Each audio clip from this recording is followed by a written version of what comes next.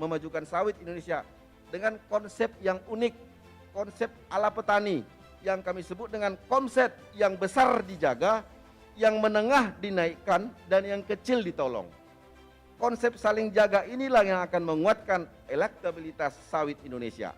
Ini yang kami sebut dengan gotong royong petani sawit Indonesia. Mari kita sama-sama bergandengan tangan, mempersiapkan segala upaya kita agar seluruh aspek pertanian bisa berjalan lebih baik, dan kita tingkatkan lebih banyak lagi upaya-upaya kita agar besok Apkasindo berkembang lebih baik dan terus maju dibandingkan masa sebelumnya.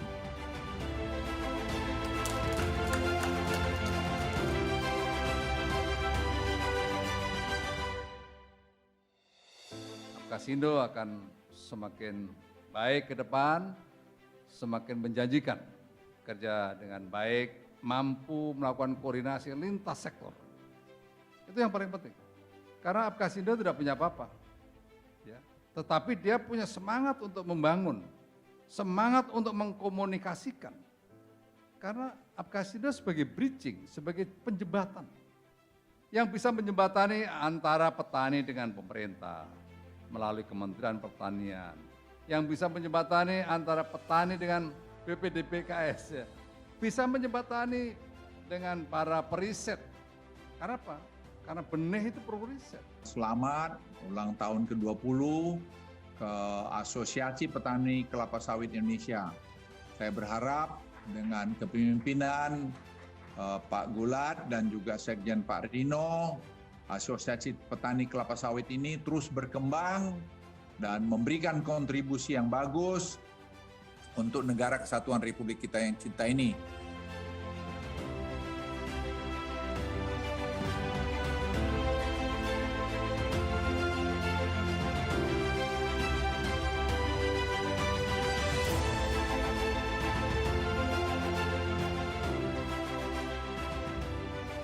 Prinsipnya Apkasindo tidak boleh puas hanya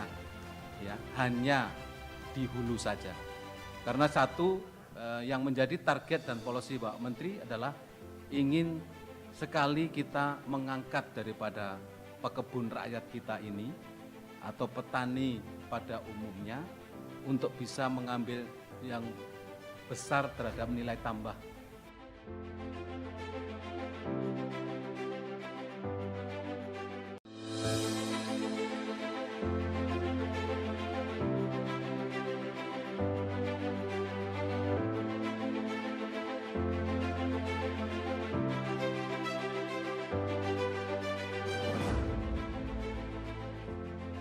Kita semua dapat berkumpul pada siang hari ini pada acara HUT Apkasindo yang ke-20 dengan tema Menuju Petani Sawit Setara dan Berkelanjutan.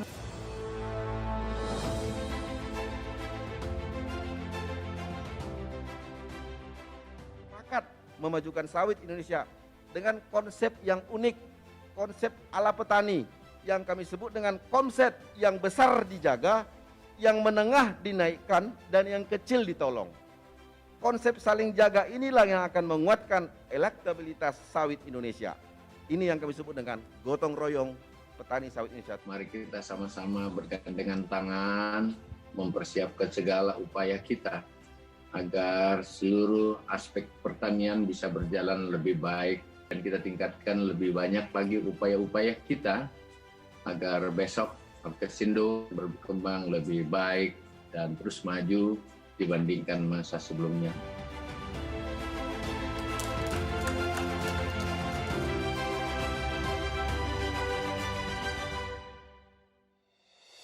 Apkasindo akan semakin baik ke depan, semakin menjanjikan, kerja dengan baik, mampu melakukan koordinasi lintas sektor. Itu yang paling penting. Karena Apkasindo tidak punya apa-apa, ya. Tetapi dia punya semangat untuk membangun, semangat untuk mengkomunikasikan. Karena Apkasindo sebagai bridging, sebagai penjembatan, yang bisa menjembatani antara petani dengan pemerintah melalui Kementerian Pertanian, yang bisa menjembatani antara petani dengan BPDPKS, ya. Bisa menjembatani dengan para periset. Karena apa? Karena benih itu perlu riset. Selamat ulang tahun ke-20 ke Asosiasi Petani Kelapa Sawit Indonesia. Saya berharap dengan kepemimpinan Pak Gulat dan juga Sekjen Pak Rino, Asosiasi Petani Kelapa Sawit ini terus berkembang dan memberikan kontribusi yang bagus untuk negara kesatuan Republik kita yang cinta ini.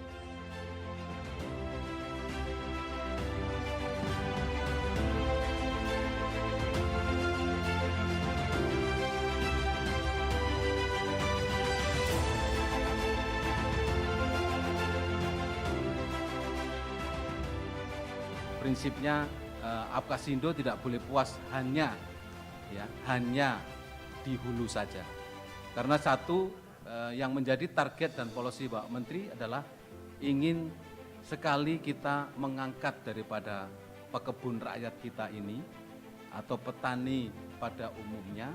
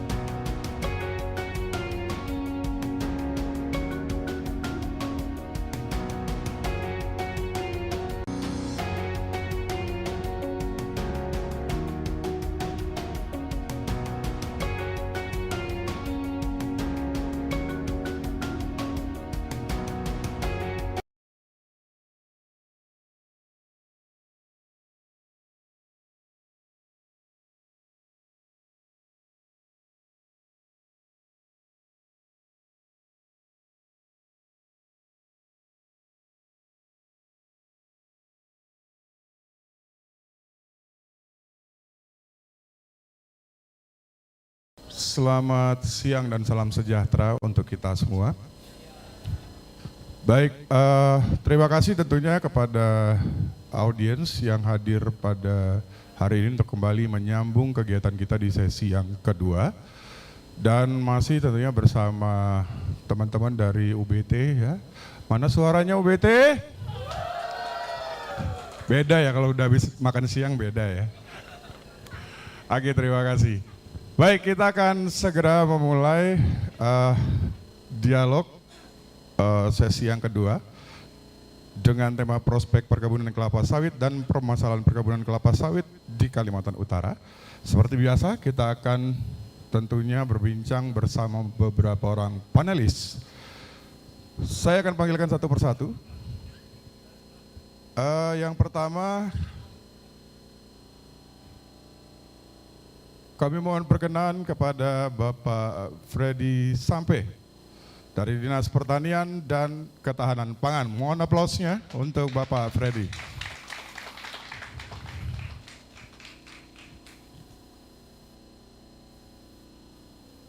Selamat datang Bapak.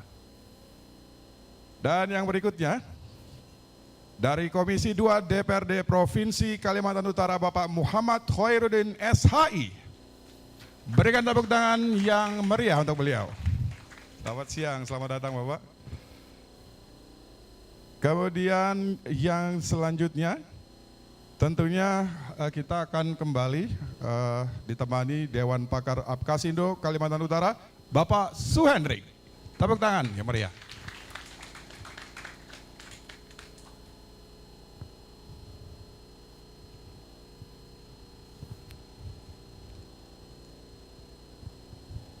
Oke, baik.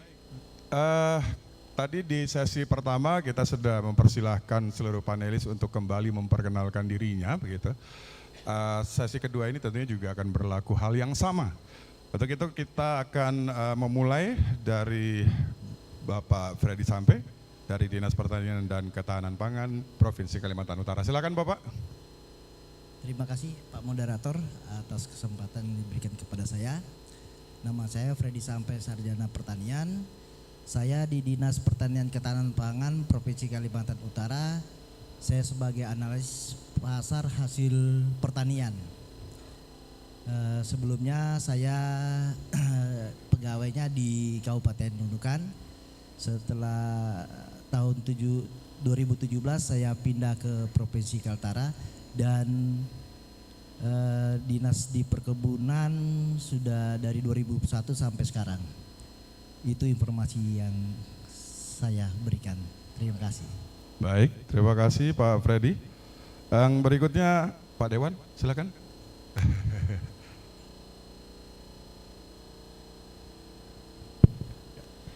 Baik, terima kasih. Bismillahirrahmanirrahim. Assalamualaikum warahmatullahi wabarakatuh. Waalaikumsalam warahmatullahi wabarakatuh. Kita langsung perkenalan dulu aja Pak ya. Silakan, Pak. Jadi nama Muhammad Khairuddin, saya berada di depan teman-teman semua kapasitasnya sebagai Komisi 2 DPRD Provinsi Kalimantan Utara.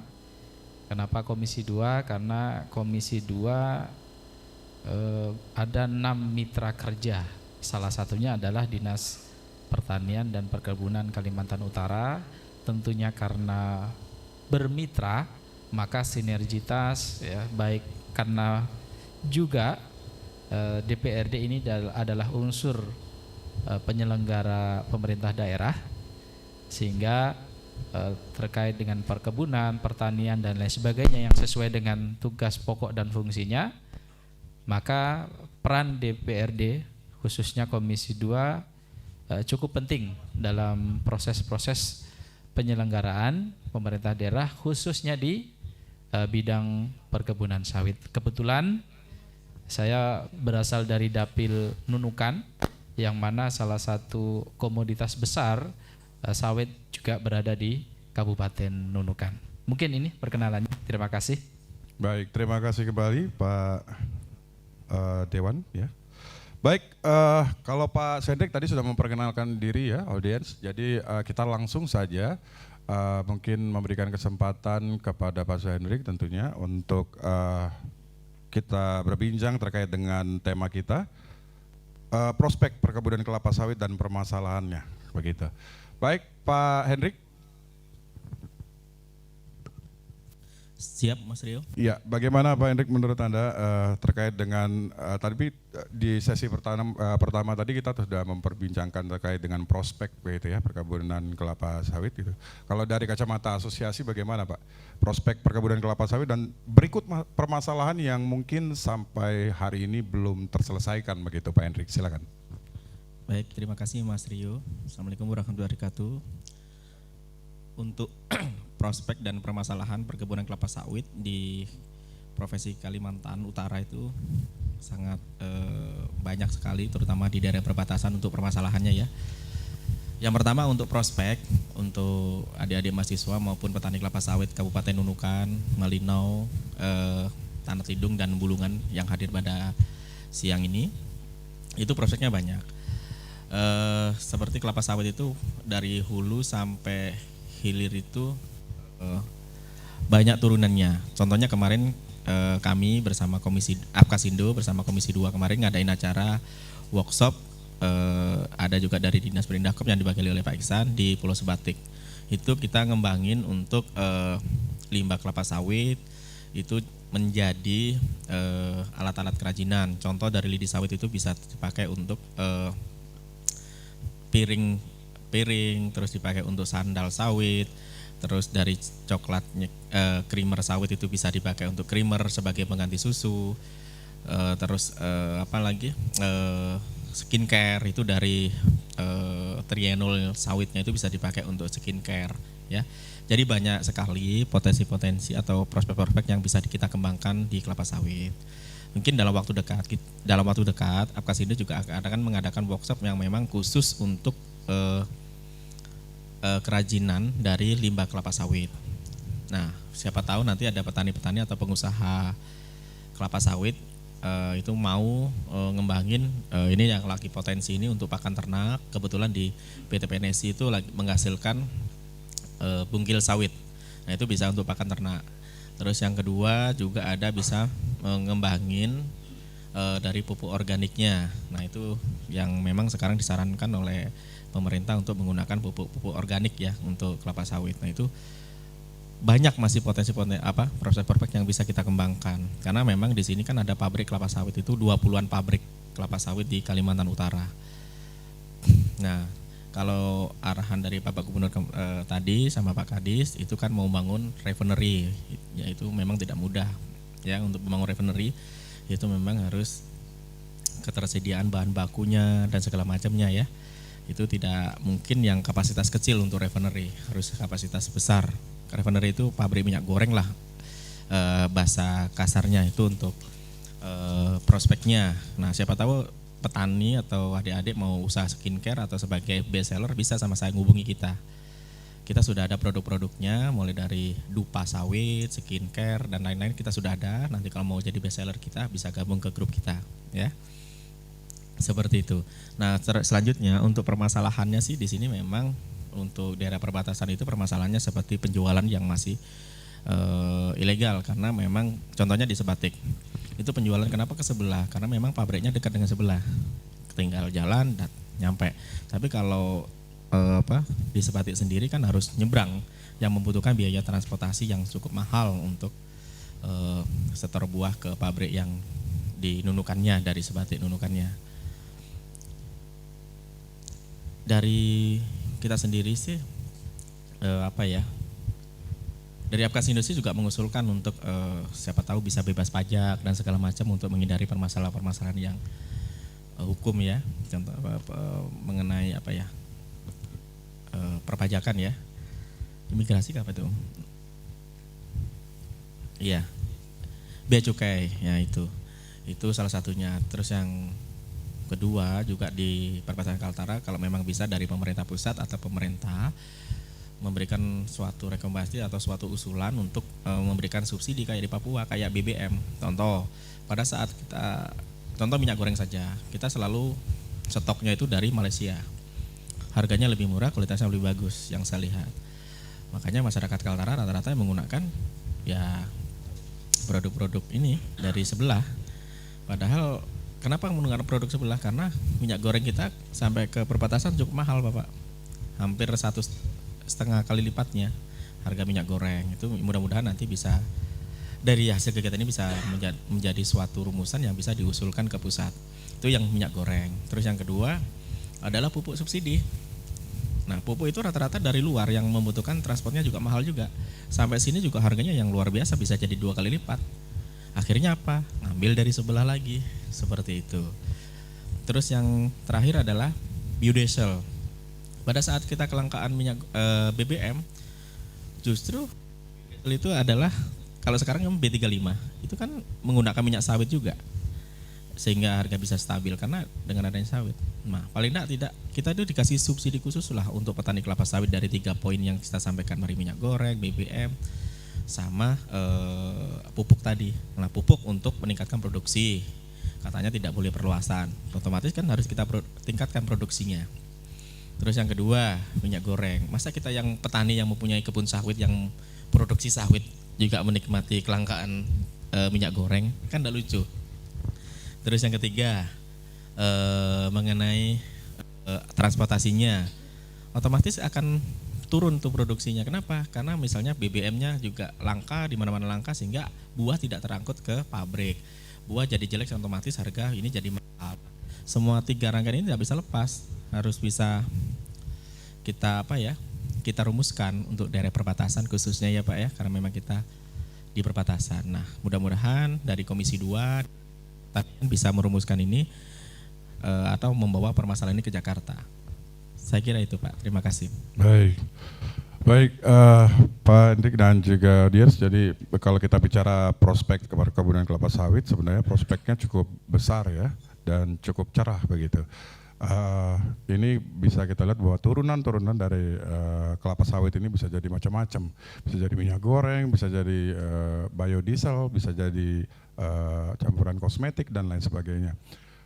Tapi ternyata dilemanya adalah spesifik kalau kita ke perbatasan di Nunukan begitu Sebatik yang mana dijualnya malah ke sebelah begitu. Nah ini kalau dibiarkan berlarut-larut tanpa ada penyelesaian permasalahan tersebut, ya kita tidak akan bisa menikmati kekayaan kita sendiri begitu Pak Henry ya. Dan tentunya yang menikmati ya orang lain begitu. Tidak akan pernah sejahtera akhirnya para petani kita. Begitu kira-kira.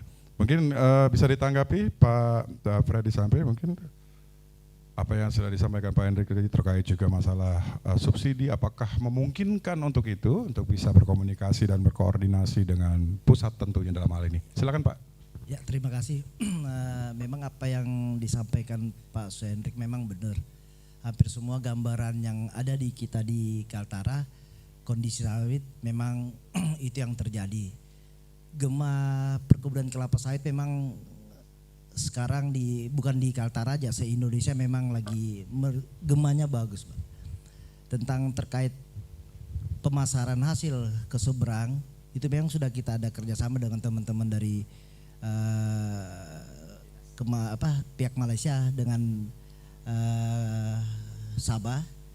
Lewat setia mereka kita sudah pernah ketemu untuk mengatasi itu, dan mereka juga memang gambaran mereka nih Kaltara harus dibangun dengan sawit, dan mereka siap untuk menampung CPO tapi dengan kerjasama yang resmi. Mereka akan bangun refinery untuk menampung semua CPO yang dihasilkan di Kaltara. Tapi kita tawarkan mereka untuk bangun pabriknya di sini. Langkah-langkah yang kami lakukan sekarang, kami lagi berusaha untuk buat FS, feasibility study-nya, bekerja sama dengan akademisi untuk pembangunan pabrik refinery di Kaltara.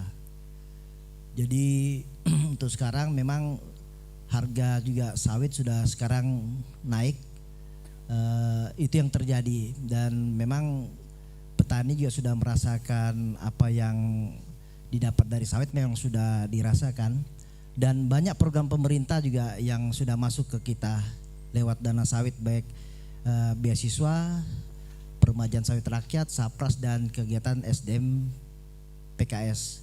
Itu semua bersumber dari dana sawit yang dikelola oleh BPD PKS.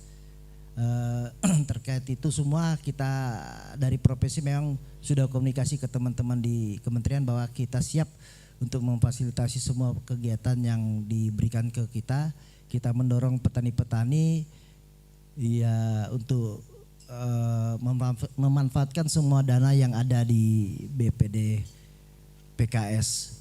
Dana beasiswa juga kita buat teman-teman, baik dalam penelitian juga sudah disiapkan ke pemerintah buat adik-adik di Borneo. Dan untuk peluang kerja untuk pertanian luas Pak, masih di sini. Cuma mungkin gambaran teman-teman adik-adik sini kerja di kebun itu kerja di hutan. Nah, gambarannya sekarang perusahaan sawit itu kalau masuk ke dalam sudah bagus-bagus. Bukan yang kayak gambaran kita hutan-hutan sudah sekarang. Sudah lebih modern ya Pak ya? Lebih modern dan lebih prospek untuk hidup ke depan lebih terjamin dengan sawit ini. Mungkin itu Pak yang saya. Baik, tadi sudah disampaikan juga sama Pak Hendrik terkait dengan permasalahan terpaksa para petani menjual kelapa sawitnya ke sebelah begitu Pak. Ini bahaya juga sebenarnya Pak, tadi yang saya sampaikan bahwa pada akhirnya nanti kita nggak bisa menikmati kekayaan alam kita sendiri begitu. Bagaimana Anda melihat hal ini? Ya, terkait penjualan yang di sebelah memang karena kondisi di Sebatik memang saat ini ada satu PKS tapi memang tidak jalan, dan hampir semua petani ini kan tidak punya alat transportasi yang untuk diberi untuk mengantar hasil buah mereka ke pabrik yang ada di Pulau Semenggaris. Dengan kondisi biaya yang agak berat, ya agak besar. Jadi dengan adanya peluang pasar yang di Tawo itu yang mereka ambil. Jadi juga kita komunikasi ke teman-teman sana. Cuma ya tidak bisa juga, kita masih pihak keamanan juga apa semuanya tidak bisa apa yang dilakukan. Cuma kita berharap bahwa ini kekayaan kita, ini hasil kita, dan ini menjadi catatan teman-teman dari statistik bahwa produksi yang ada tuh lari ke Malaysia. Produksi kita di di Sebatik tidak tercatat di statistik kita. Itu masuk di negara ke sebelah. Jadi dengan luasan yang, kalau untuk luasan kita lebih tinggi daripada Malaysia. Tapi untuk produksi Malaysia, karena pintu yang dijual tuh banyak lari ke Tawau dengan harga yang ditawarin, dengan grade yang tidak terlalu ketat yang diberikan teman-teman di Sebatik, itu yang menjadi peluang. Kedepan kita harus dialog ke teman-teman di Sebatik dan teman-teman di Tawau untuk Malaysia untuk menjalankan usaha itu yang betul dan yang legal gitu. Baik. Ya itu. Baik, Pak Freddy, ini juga terkait dengan regulasi begitu ya, administrasi dan lain-lain yang terkadang dianggap mohon maaf ribet begitu. Ini kalau di negara sebelah kan kayaknya aman-aman aja begitu. Nah ini gimana Pak? Terkait regulasi memang tidak ada sekarang kan lagi tidak ada yang namanya, memang agak ketat, tapi untuk petani pekebun kita tidak lari ke yang ribet-ribet amat Pak. Jadi kita bantu mereka, pengadaan apa semua mereka mohon kita bantu, transportasi pun kita bantu, petani yang mengajukan permohonan untuk bantuan transportasi dan jalan usaha tani juga kita bantu lewat dana BPD PKS. Cuma itu tadi pemasaran yang kurang kita di Sebatik, karena dari Sebatik dan untuk jual buah ke Semanggaras memang agak jauh dan dengan biaya yang besar. Ya, mahal ya Pak. Sedangkan di Tawau itu ya lebih, mereka pengepul, lari ke pengepul, terus sudah difasilitasi pengepul, duitnya pun langsung diterima. Nah itu yang sulit kita. Dilematis juga ya Pak ya. Dilematis lah kita mau. Satu sisi ini masalah kehidupan ya, nafkah begitu. Ya. Ya, oke. Jadi ngeri-ngeri sedap juga Pak ya sebenarnya.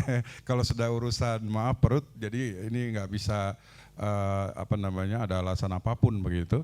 Tapi paling tidak nanti secara berprogres tentu saja ini akan dikoordinasikan dengan pihak-pihak terkait supaya hal ini bisa diminimalisir, supaya nanti yang kebayang kayak kekayaan alam kita lainnya yang akhirnya diklaim oleh negara sebelah begitu ya. Banyak Pak ya, bukan cuman produk-produk seperti kelapa sawit dan lain sebagainya gitu.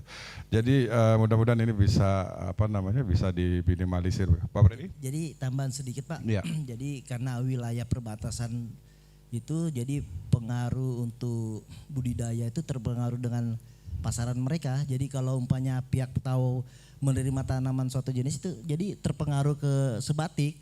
Kemarin Sebatik menjadikan terjadi sentra produksi kakao pada tahun sebelumnya. Tapi pada saat ini kan berubah jadi sawit, karena tadi pasaran yang ke Tawau itu menerimanya sekarang sawit, jadi tergantung negara tetangga kita. Iya, jadi tergantung sama tetangga. Artinya kita diatur juga sama negara tetangga. Ini lagi musim layangan, bikin layangan aja deh masyarakat Sebatik gitu ya, dijual nanti di negara tetangga begitu.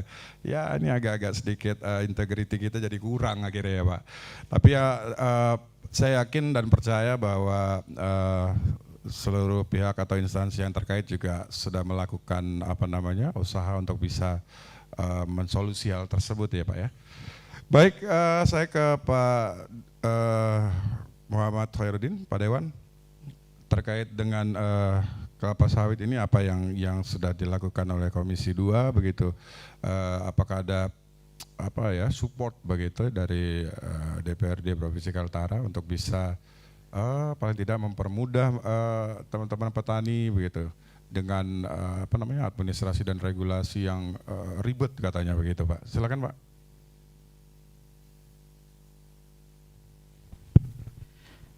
Baik, sebelum saya jawab tadi ya, terkait dengan tema yang cukup baik, terkait dengan prospek perkebunan kelapa sawit dan juga permasalahan. Tentu kita sebagai perwakilan masyarakat yang mana kita duduk juga karena dipilih oleh masyarakat, maka ya kita juga pada posisi sebagai seorang petani juga gitu ya. Kebetulan juga kita sebagai pekebun sawit. Nah, salah satu yang menjadi perhatian kita di Komisi 2 adalah perhatian pemerintah terhadap petani, upaya sudah cukup bagus, namun maksimalisasi ya. Belum maksimal. Karena di pemerintah kita ini, di pemerintah provinsi dan pemerintah kabupaten ada perbedaan kewenangan, terutama terkait dengan penanganan perusahaan ya. Salah satu yang menjadi perhatian kita juga adalah terkait dengan peran dan fungsi perusahaan belum bisa menempatkan gitu ya. Ada beberapa perusahaan yang belum melaksanakan kewajiban seutuhnya sesuai dengan regulasi. Seperti misalnya? Ya, seperti misalnya ada perusahaan yang memiliki kewajiban plasma. Nah, itu ada yang belum dilakukan sepenuhnya. Okay. Upaya pemerintah untuk mengingatkan, menegur dan lain sebagainya juga sudah diupayakan. Namun juga belum ada sikap tegas apa yang harus dilakukan bagi pelaksana regulasi tersebut. Petani sawit kita itu ada terbagi dua. Pertama adalah petani yang bermitra dengan perusahaan. Ini biasanya disebut dengan plasma. Jadi misalnya ada perusahaan kerjasama kemitraan dengan petani sehingga hasil petani atau TBS itu dijual karena mereka terikat dengan perusahaan, jadi penjualnya di perusahaan tersebut. Nah, bagi petani yang satu adalah petani swadaya. Ini contoh terjadi di Pulau Sebatik. Di sana hampir petani atau perkebunan itu adalah swadaya, tidak ada kemitraan dengan perusahaan, sehingga ada kesulitan dalam sisi pertama nilai harga.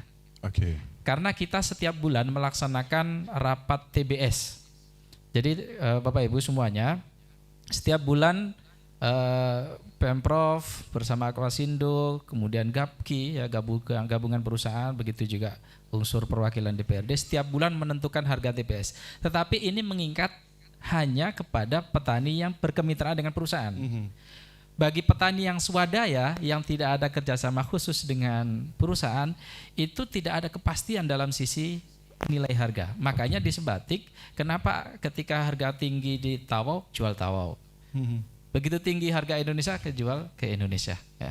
Padahal ini tentu berdampak kepada perekonomian, ya. Terutama, mohon maaf, alhamdulillah kita di 2023 kemarin sesuai ya usaha dan perjuangan kita, Kalimantan Utara baru pertama kalinya mendapatkan dana bagi hasil perkebunan sawit. Ini setelah upaya bertahun-tahun. Kalau selama ini Pemprov atau Kalimantan Utara mendapatkan DBH di sektor kehutanan, baru pertama kali di 2023 dari sawit. Seandainya ya potensi-potensi contoh tadi perdagangan luar negeri kita tarik ke dalam negeri misalnya, tentu ini berdampak kepada pemasukan. Semakin besar putaran ekonomi terutama perkebunan sawit, maka semakin besar pula potensi pendapatan DBH kita. Nah, makanya ini juga perlu menjadi perhatian khusus, meskipun sebenarnya ini ya dampak dari peraturan yang lebih tinggi ya gitu. Yang kedua, ini menjadi momok penting ya, yaitu sejak 2021 setelah dicabutnya hak pupuk subsidi bagi petani sawit. Karena sawit bukan termasuk menjadi komoditas yang layak diberikan bantuan pupuk. Nah, saat itulah terjadi jeritan masyarakat, terutama yang swadaya tadi. Kita sudah mengurangi kemiskinan, pengangguran terutama. Karena mampu menciptakan lahan ekonomi, nanam sawit, menyerap tenaga kerja, tapi ya perhatian terhadap khususnya pupuk ya. Ini cukup memprihatinkan kita semua, sehingga tentu kita berharap ada kebijakan ya dari pemerintah pusat khususnya untuk bagaimana petani sawit mendapatkan haknya kembali dengan pola dan mekanisme yang katanya ya, misalnya dengan subsidi silang harganya dinaikkan tapi berapa persen dipotong untuk mendapatkan pupuk subsidi. Karena selain persoalan harga, ini ketersediaan pupuk. Mohon maaf, yang tinggal di perbatasan lebih kadang tertarik pupuk sebelah dibandingkan pupuk Indonesia. Karena lebih bagus? Karena lebih bagus, mudah diakses dan memang adanya itu. Gitu. Nah, itu juga menjadi persoalan kita semua. Yang kedua tentu terkait dengan infrastruktur.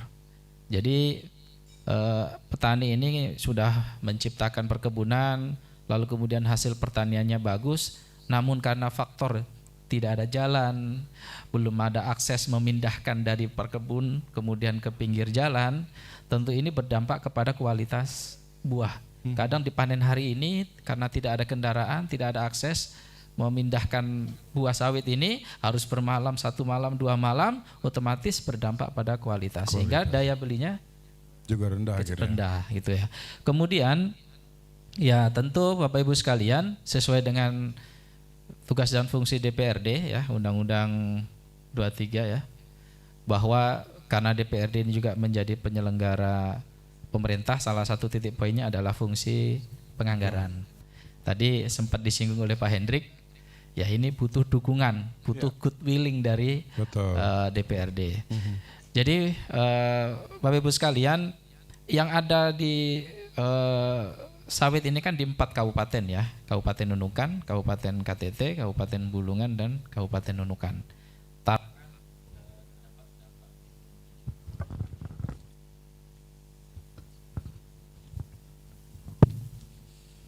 Kota Tarakan diuntungkan dengan beberapa, misalnya perkantoran dan lain sebagainya. Ya. Nah, harapan kita, karena mohon maaf di sini ada teman-teman mahasiswa Universitas Borneo, di sini mohon maaf ada yang dari 4 kabupaten tersebut, ada ya? Ada yang dari KTT, tunjuk tangannya. Ada. Malinau? Malinau ada 1, 2, 3, 4, 5, 50. 250 ya? Iya. Dari Nunukan? 7, 8, 9, 10, 120 Pak. Iya, kebetulan saya sebagai warga Nunukan ya, yang tinggal di Pulau Sebatik. Sebatik itu pulau kecil, sudahlah dibelah 2. Yang wilayah Indonesia kita masih terbagi, ada sawit, ada kakao, ada pertanian umum misalnya padi dan sebagainya. Sementara di wilayah Malaysia, Sebatik Malaysia itu bukan hampir 100% perkebunan sawit. Sehingga ya itu tadi cukup mempengaruhi irama. Tetapi uniknya sawit yang berasal dari petani Indonesia bukan dijual ke Tawau, artinya Malaysia sebatiknya, tapi Malaysia yang di Tawau harus penyeberangan laut dan sungai. Gitu. Nah, kembali terkait dengan 4 kabupaten tadi, yang menjadi juga PR kita semua adalah mungkin nanti dikoreksi oleh dinas, data pertanian dan perkebunan kita belum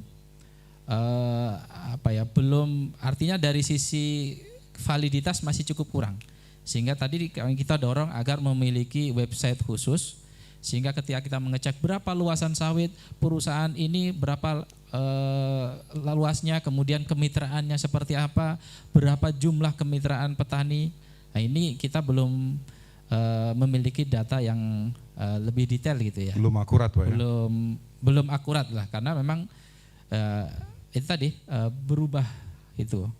Kemudian dari sisi ketenaga kerjaan, nah ini juga menjadi penting bagi kita semua, bahwa kita mendorong agar perusahaan ini lebih banyak menyerap tenaga lokal.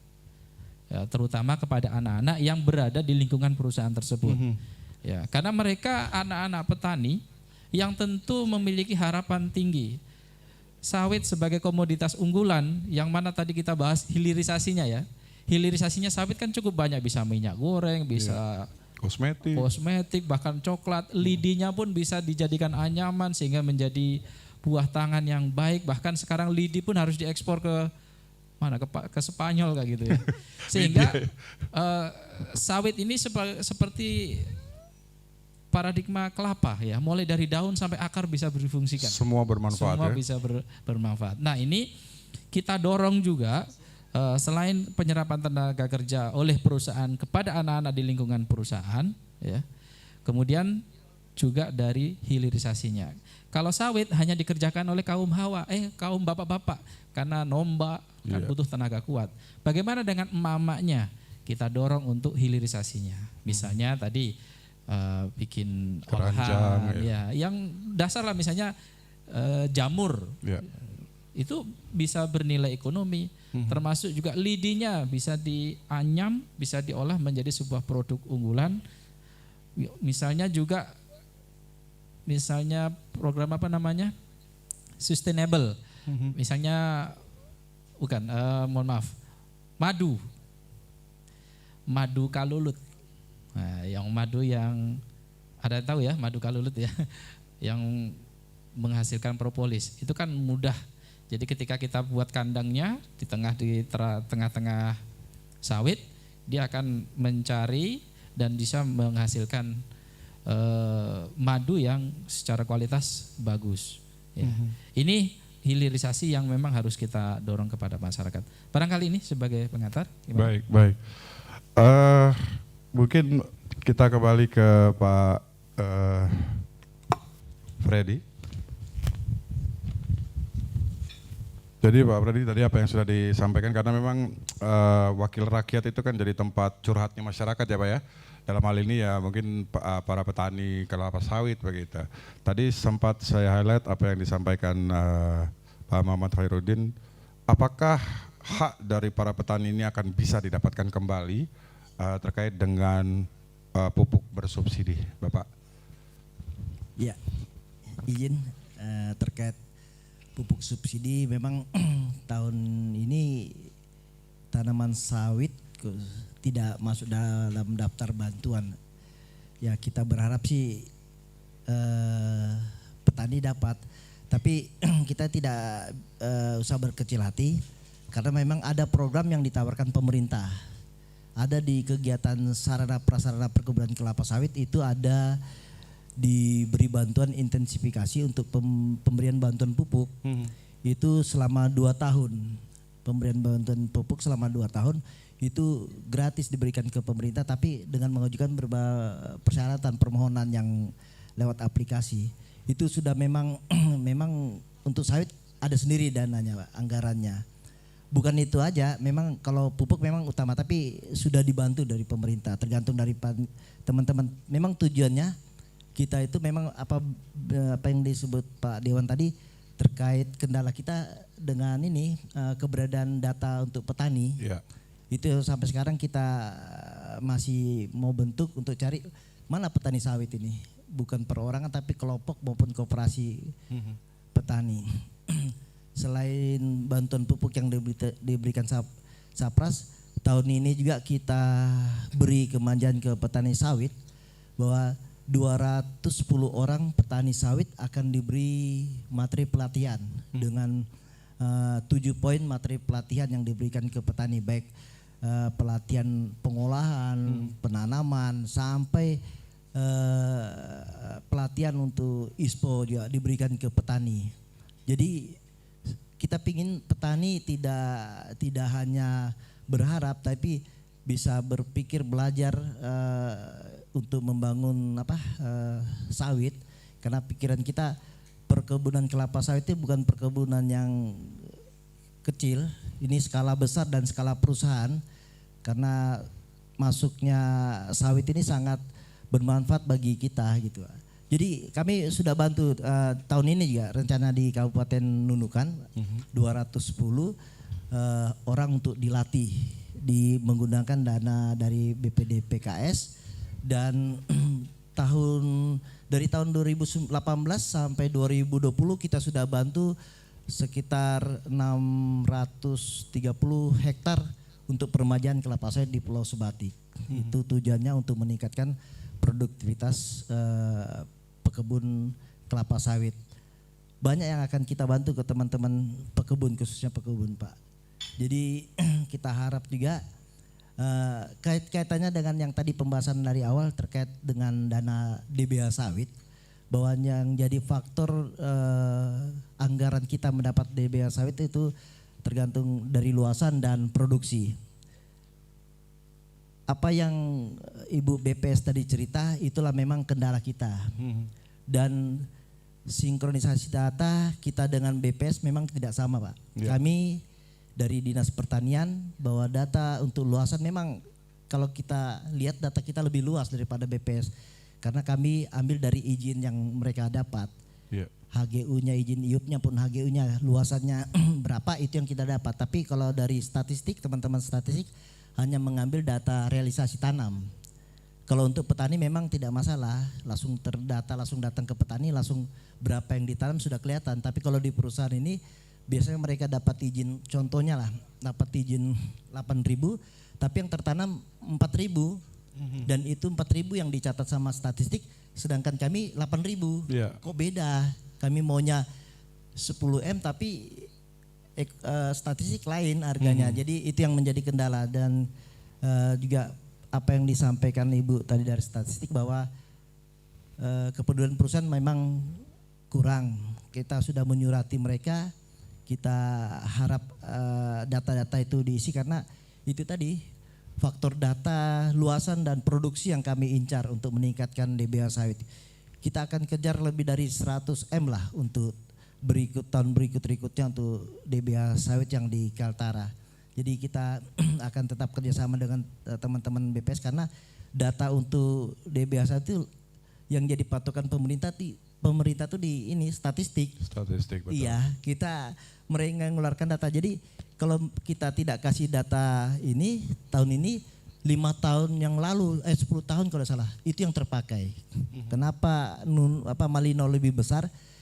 Karena Malino untuk data petaninya tuh lebih nampak walaupun hanya perusahaan, tapi walaupun di bulungan perusahaan lebih banyak tapi tidak pernah melaporkan ke mereka, ya dianggap tidak ada gitu. Artinya tidak terdata begitu. Iya, itu yang jadi kendala. Betul apa yang disampaikan Ibu tadi.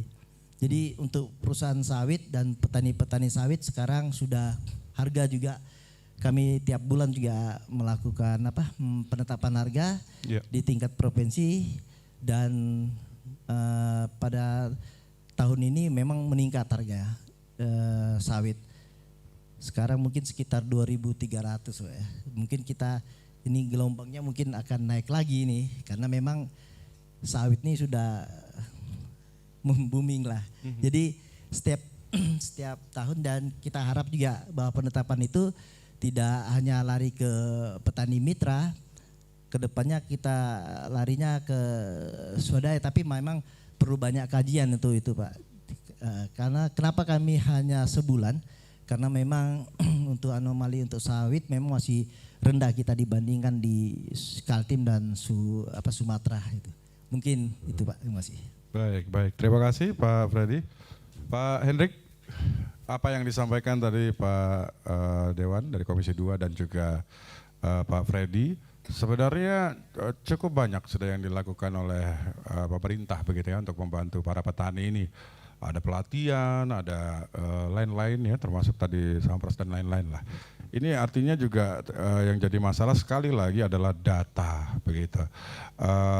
Apakah memang seperti apa yang kita perbincangkan tadi di sesi pertama, banyak yang perusahaan-perusahaan yang tidak responsif begitu terhadap petugas-petugas yang ingin mensurvei atau memproses data begitu. Bagaimana tuh Pak Hendrik?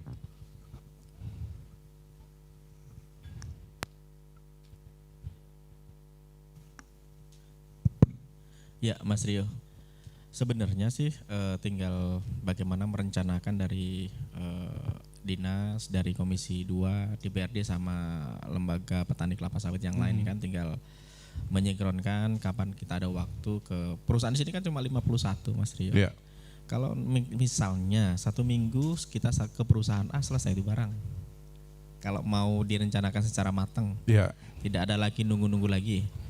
Jadilah barang, karena apa? Perusahaan itu tetap akan ke dinas kabupaten untuk menyampaikan butuh sama kabupaten, contoh izin-izin dan segala macamnya. Iya kan? Jadi nggak mungkin juga macam-macam gitu ya? Iya betul. Artinya masih membutuhkan begitu. Tinggal dari instansi terkait sama lembaga bagaimana menyingkronkan kapan sih berangkat, misalnya progres ini segala macam. Ayo 1 minggu ke PT ini kita selesaiin.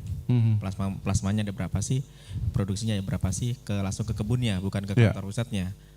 51 saya kira dalam 1 tahun selesai itu. Tinggal bagi aja setahun itu ada berapa bulan, ada berapa minggu, ya udah selesai. Misal Sabtu Minggu ke PT A, B, C, D, selesai itu. Artinya Anda mau bilang bahwa sebenarnya proses survei dan juga untuk mencari data tersebut tidak terschedule begitu, tidak terjadwal dengan belum tepat. Terschedule. Nah makanya kita kasih masukan. Jadi tiba-tiba ujuk-ujuk datang gitu, kaget petaninya gitu, perusahaannya kaget gitu. Jadi saking kagetnya akhirnya itu tadi dianggap kurang responsif begitu maksudnya. Iya, ada apa ini? Ada apa ini? Gitu. Nah, maksud saya ya udah di schedule. Mungkin Pak Freddy ini yang sudah ahlinya, memang dia itu teman saya dari honor dulu di Dinas Kabupaten Nunukan untuk nangani perusahaan besar swasta. Jadi ya udah diskedulkan. Saya kira selesai itu barang setahun. Tinggal nanti Komisi 2 support tuh dan apa aspirasi kah dan apa untuk menganggarkan ke sana sini. Selesai itu barang untuk data ini. Kalau mau serius. Kalau mau serius ya. Sama-sama Pak ya. Iya, nggak ada lagi yang kurang data ini tidak ada lagi tiba-tiba muncul dana DBH kenapa ini rendah, kenapa ini yang memang seharusnya dapat tinggi ya dapatnya tinggi, dapat banyak, yang harus dapat sedikit ya sedikit, seperti itu. Nggak ada lagi yang seperti ini. Banyak akhirnya petani yang beropini dan simpang siur jadinya begitu Pak. Ya itu yang pertama. Terus yang kedua mengenai penetapan harga TBS Kaltara itu memang dipakai sebenarnya acuan baik petani swadaya maupun bermitra, sebenarnya seperti itu. Kenapa petani harganya rendah tidak mengikuti penetapan harga yang ditetapkan oleh provinsi? Karena di karena petani kita ada beberapa memang petani kecil Bapak yang tidak mempunyai truk, yang tidak mempunyai alat angkut ke pabrik kelapa sawitnya, sehingga mereka itu timbullah di situ tengkulak-tengkulak atau istilahnya pengepul-pengepul. Nah, disitulah yang menyebabkan harga tidak mengikuti yang ditetapkan provinsi. Karena pengepul kan otomatis kan cari untung juga di situ kan. Ditekan serendah-rendahnya pasti. Betul. Kita harus tengahi Bapak. Nah, misalnya harga tetapkan sekarang 2.200. Nanti di mana? Di petani ya karena setornya ke pengepul mungkin bisa jadi 2.000, bisa jadi 1.900, ya kan? Karena memang pengepul kan numpuk dulu buahnya. Pasti ada penguapan kurang dan segala macamnya, ya kan? Iya. Nah, sehingga harga tidak mengikuti yang ditetapkan provinsi. Tetapi kalau memang kita serius juga dari pemerintah, bisa kita membuat suatu rumusan yang bisa mengikuti harga tersebut. Misalnya kurangnya tidak, misalnya dari 2.200 kurangnya mungkin hanya 20 perak, 10 perak, itu bisa sebenarnya. Tinggal bagaimana kita merumuskan. Iya. Seperti itu, Pak. Baik. Pak Muhammad Herudin, Pak Dewan. Gampang sebenarnya kata Pak Hendrik. Kalau mau dibahas bersama-sama, mau serius tuh gampang sebenarnya Pak. Menurut Pak Hendrik begitu. Saya hanya menyampaikan nih Pak ya. Gimana kira-kira? Tadi Bapak juga melihat bahwa banyak petani-petani yang tidak bermitra gitu ya. Tadi sudah dijelaskan oleh Pak Hendrik bahwa ini adalah petani-petani kecil ya Pak Hendrik ya. Akhirnya tidak melakukan hal tersebut begitu. Kalau Dewan sendiri sampai di mana sebenarnya bisa melakukan supporting kepada para petani ini Pak? Iya, terkait dengan disparitas harga tadi ya antara ketika rapat TBS yang rutin dilaksanakan tiap bulan, misalnya ya tadi sempat akan muncul harga 2.300 yang kita putuskan berdasarkan rapat yang dihadiri oleh pemerintah provinsi, DPRD, gabungan perusahaan maupun perwakilan petani. Misalnya harga 2.300. Yeah. Ini ketika turun ke masyarakat itu tidak 2.300, ya bisa jadi 2.100 bahkan 1.900 dan lain sebagainya. Dengan alasan tadi faktor ketidakadaan kendaraan dan juga tengkulak atau off-taker yang bermain mencari banyak untung. Nah, ini tentu karena kadang muncul disparitas harga yang cukup jauh, maka ya kita berharap hadirnya pemerintah untuk bagaimana menjembatani agar tidak terlalu jauh dalam hal bermain-main harga gitu, terutama kepada tengkulak tadi ya, sehingga apa treatment atau komponen yang bisa menjadi pegangan untuk petani agar bisa sama, ya mungkin berupa misalnya bentuk peraturan gubernur atau peraturan yang mengikat kepada lokal di Kalimantan Utara. Itu instrumen yang bisa kita gunakan. Karena kalau kita nunggu perubahan Permentan nomor berapa 17 ya. Permentan nomor 1 ya ini perjuangannya harus ke pusat. Ya, enggak tahu kalau nanti pemerintah baru ganti menteri, ganti aturan kita belum tahu. Ya, biasanya demikian. Tapi memang kita koordinasi dan komunikasi dengan DPRD yang penghasil sawit, kita berharap Permentan nomor 1 ini memang sudah tidak ekologis, sudah tidak layak lagi digunakan di yang sudah ya pasca pandemi, belum lagi luasan sawit makin meluas, tumbuhan sawit juga makin menua, sehingga ya peraturan-peraturan yang memang sudah tidak ekologis atau kesesuaian sekarang, maka perlulah ada perubahan ya. Nah, dalam hal ini terutama peran DPRD dalam sisi fungsi penganggaran, kita di komposisi DPRD itu ya, itu kan 35, 12 dari Tarakan. Nah, teman-teman Tarakan karena tidak ada komoditas sawit di Pulau Tarakan, ketika diajak diskusi tentang sawit, ya karena mungkin bukan wilayah dan konstituennya tidak ada. Iya, hanya menjadi pendengar yang baik. Pendengar yang baik, tapi penerima dampak ya. Iya, tapi Karena menerima tadi, dampak. Pembagian kue DBH itu Tarakan walaupun tidak ada sawit tapi dapat kue, dan kuenya juga lumayan sama dengan penghasil sawit. Ya. Itu syukuran ya, maksudnya bentuk kesyukuran Tarakan walaupun tidak ada sawit. Rezeki anak soleh ya Pak ya. Nah, sehingga di 35 dikurangi 12 ada sekitar 23 ya. Berapa? 23. Ini berasal dari Bulungan, Nunukan dan Malinau.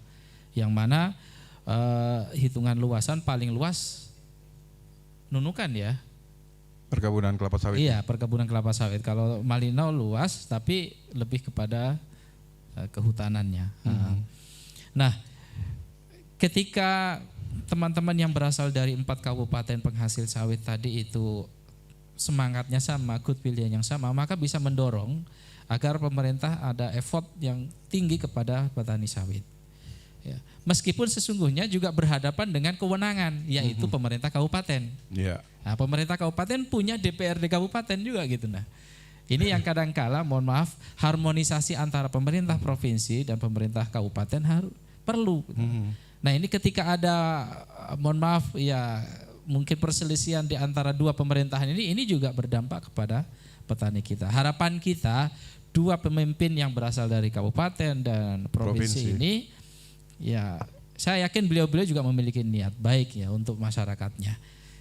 Artinya ketika mampu menyisihkan perbedaan, mengesampingkan perbedaan politik misalnya, dan tujuannya sama untuk kesejahteraan pekebun, saya yakin ini mampu dan bisa melahirkan instrumen atau produk-produk hukum yang bisa dalam rangka untuk mensejahterakan petani. Baik. Ya simpel aja, yang penting tadi. Tapi semakin kesini semakin kompleks sepertinya. Ada ketidakharmonisan begitu, kurang harmonisasi begitu tadi bahasanya Pak Dewan begitu ya. Dan memang sejak ada Undang-Undang 23 ini kan itu tadi pembagian kewenangan. Contoh misalnya dalam hal contoh ya di perikanan. Sektor perikanan kalau untuk wilayah air tawar itu kewenangan kabupaten. Tapi begitu air payau sampai ke beberapa mil itu kewenangan provinsi. Di atas beberapa mil kewenangan pusat. Sama halnya di dunia perkebunan dan pertanian. Ada kewenangan-kewenangan yang memang membatasi sehingga salah satu kunci ya, banyak kunci tapi salah satu kunci adalah harmonisasi itu. Ya ketika makanya makin banyak jaringan ke pusat, ada menteri, ada DPR provinsi, itu akan semakin bagus ya daripada misalnya kepala daerah tapi tidak ada akses ke Jakarta gitu. Mungkin itu salah satunya ya, banyak poin yang bisa kita lakukan. Itu sementara. Baik. Kalau kita bicara terkait tadi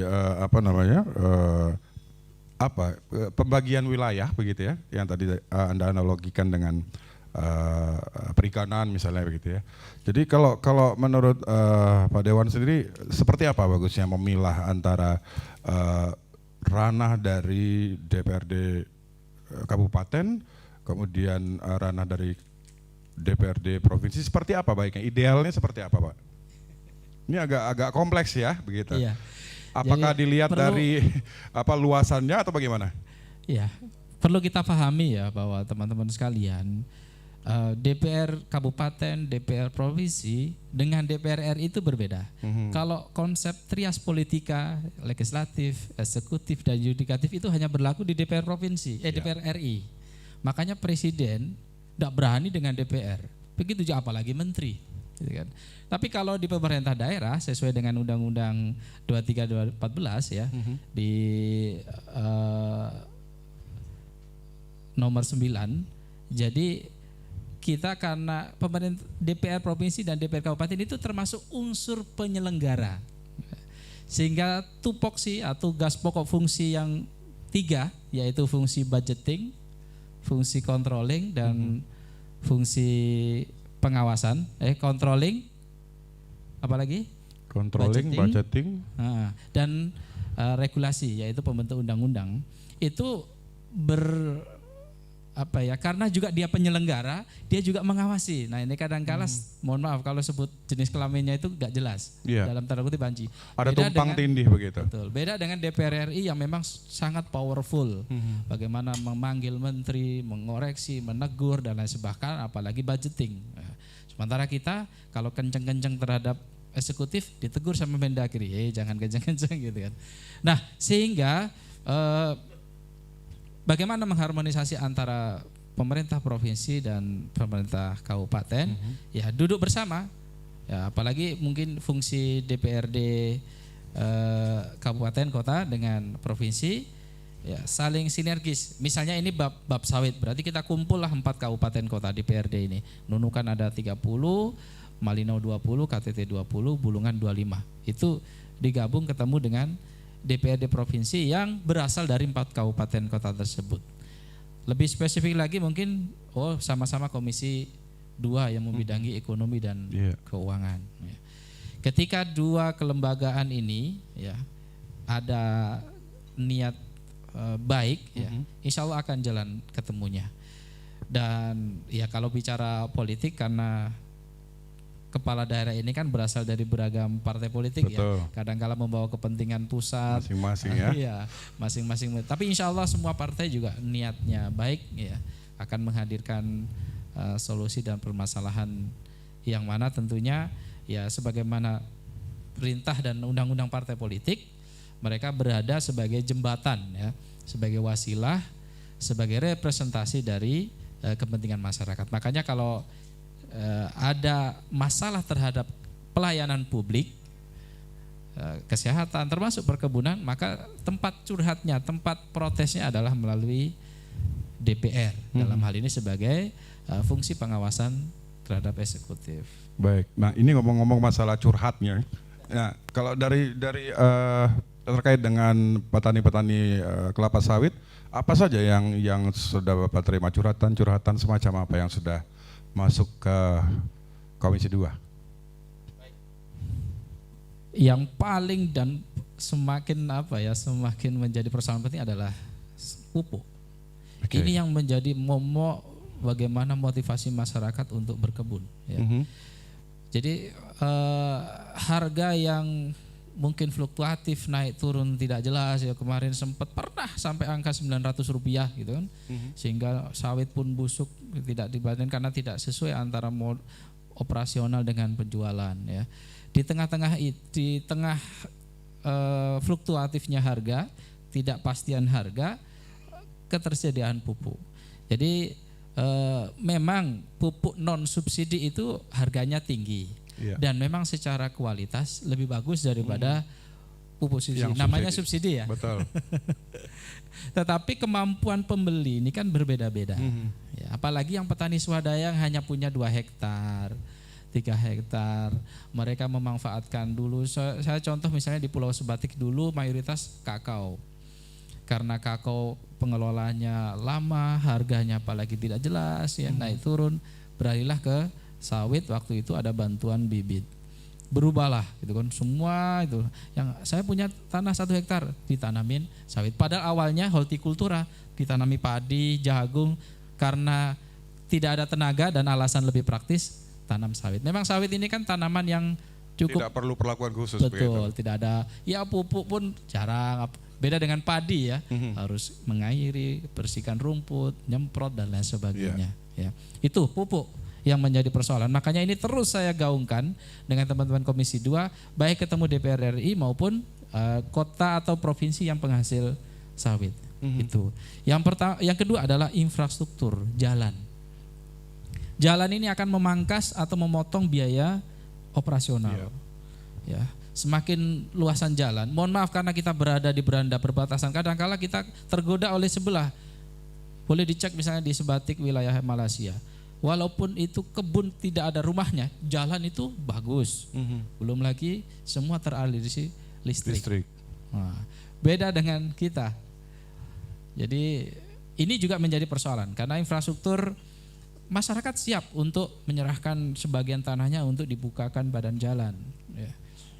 Sehingga ya, ini yang menjadi tuntutan mereka. Insya Allah kalau infrastruktur jalan ini setidaknya mengurangilah dari penderitaan selain pupuk tadi. Iya. Nah, itu. Tapi tetap pupuk tetap harus mendapatkan effort tentunya. Ya, tetap perlu. Ya, karena ini juga yang hal ketiga, yang penting. memang ini karena masyarakat yang berada di lingkungan keliling perusahaan. Ini yang perhatian perusahaan itu kurang. Contoh misalnya kita ada permen apa itu yang terkait dengan BOTL. Ini kan belum dilaksanakan sepenuhnya. Nah, ini yang kadangkala ya menjadi motivasi masyarakat untuk ya itulah melakukan upaya-upaya misalnya demo dan lain sebagainya. Itu yang harus menjadi perhatian supaya ekosistem dan kenyamanan bisnis itu. Kita butuh perusahaan sebagai pembeli, ya. Masyarakat juga senang adanya perusahaan, tetapi juga berharap perusahaan memahami dan mengerti sebagaimana ketentuan yang sudah diatur oleh pemerintah. Iya, tentunya juga memberikan manfaat untuk masyarakat sekitar. Betul. Begitu ya. Jadi Anda melihat bahwa atau Anda juga dicurhati terkait hal tersebut bahwa banyak perusahaan yang tidak peka begitu terhadap masyarakat sekitar begitu Pak. Baik, Pak Freddy, dari awal tadi di sesi pertama sampai kita memasuki sesi kedua, tadi yang sempat berulang-ulang terdengar adalah seandainya mau duduk bersama, sebenarnya masalah ini akan selesai begitu. Ini artinya terjadi komunikasi yang belum efektif begitu Pak. Ini kenapa ada salah satu pihak yang mungkin agak sibuk gitu dengan pekerjaannya sampai susah untuk bisa duduk bersama satu meja gitu. Atau gimana Pak? Izin Pak. Jadi sebenarnya kita buka peluang untuk duduk bersama, kita diskusi. Cuma kesibukan masing-masing petani kan hampir semua petani ini selain petani juga mereka pekerja. Baik. Selain itu ada kendala penting yang kita memang kendala untuk monitoring dan pengawasan semua itu terkait anggaran memang. Kami di Dinas Pertanian khususnya bidang perkebunan memang tidak ada anggaran untuk ke situ. Ada dana DBH sawit tapi memang tidak untuk Dinas Pertanian memang tidak ada. Padahal di situ sangat kami harapkan dengan adanya, intinya kan semua itu pendataan buat petani. Baik. Sampai ini maksudnya anggaran untuk apa Pak spesifiknya? Yang tadi anggaran yang Pak Swendrik bilang untuk monitoring ke pekebun. Bukan anggaran untuk duduk bersama kan ya Pak ya? Itu teh sama kopi aja udah cukup Pak kayaknya. Yang penting itu kan komunikasinya terjalin dengan mesra begitu Mas Pak Hendrik ya? Gitu.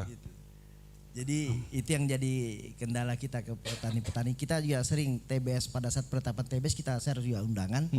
Tapi yang datang ya itu memang itu yang sedikit aja yang datang. Kita juga sudah menyurati ke teman-teman kabupaten bahwa harus wajib lah paling tidak ada kepedulian mereka terhadap penentuan harga. Tapi ya itu cuma larinya lagi ke anggaran. Kami tidak ada anggaran untuk ke situ.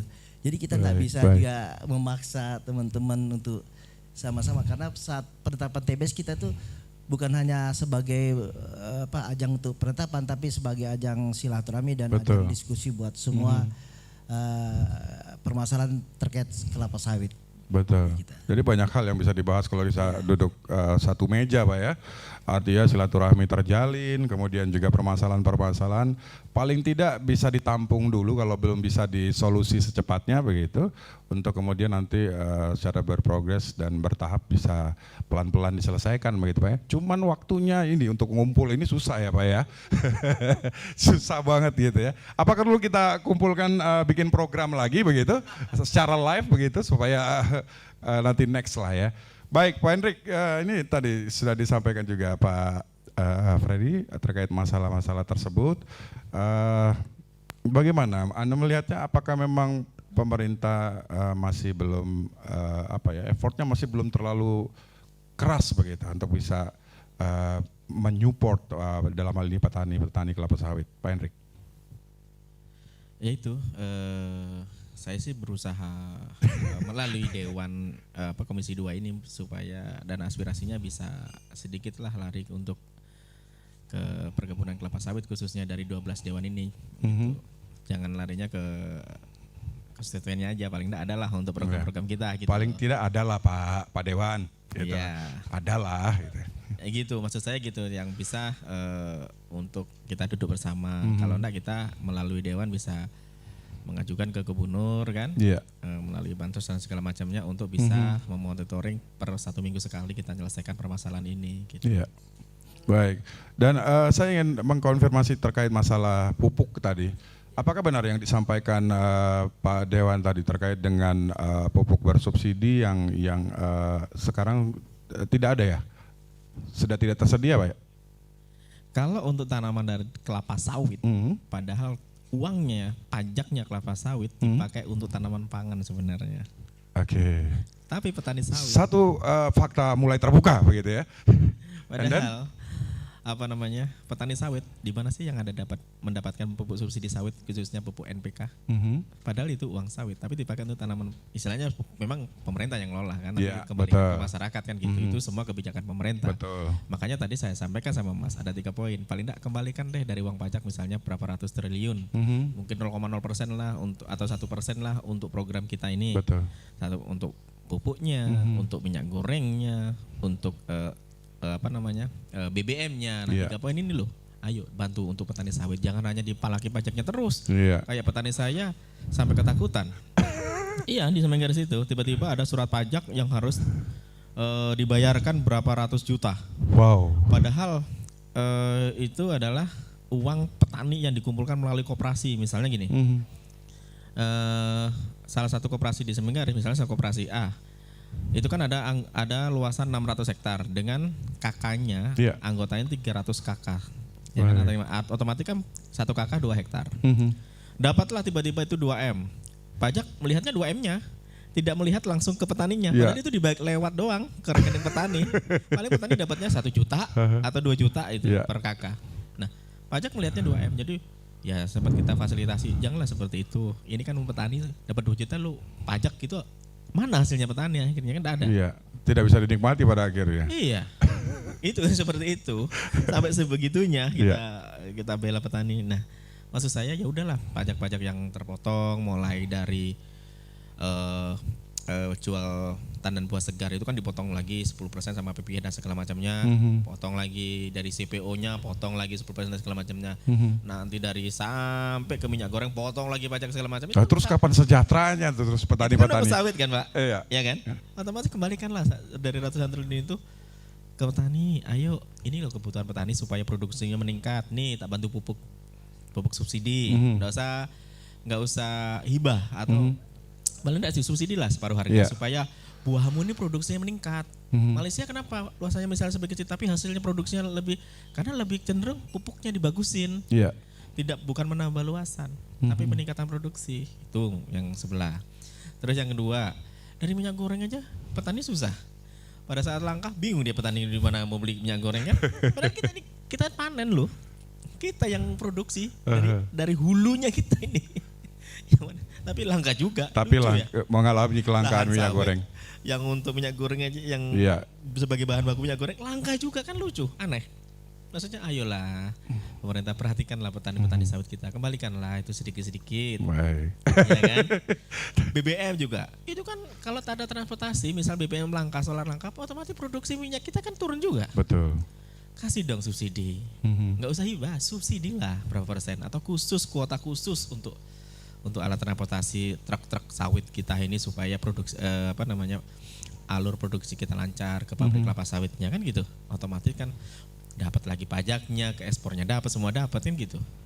Nah, kebijakan-kebijakan itu sebenarnya yang saya inginkan supaya ini aspirasi dari para petani yang disampaikan kepada Anda tentunya. Iya Bapak, kita kan tidak minta yang lain-lain gitu, tidak bisa minta hibah, enggak, subsidi lah. Tapi kalau ada hibah juga nggak apa-apa ya, alhamdulillah dong, ya kan.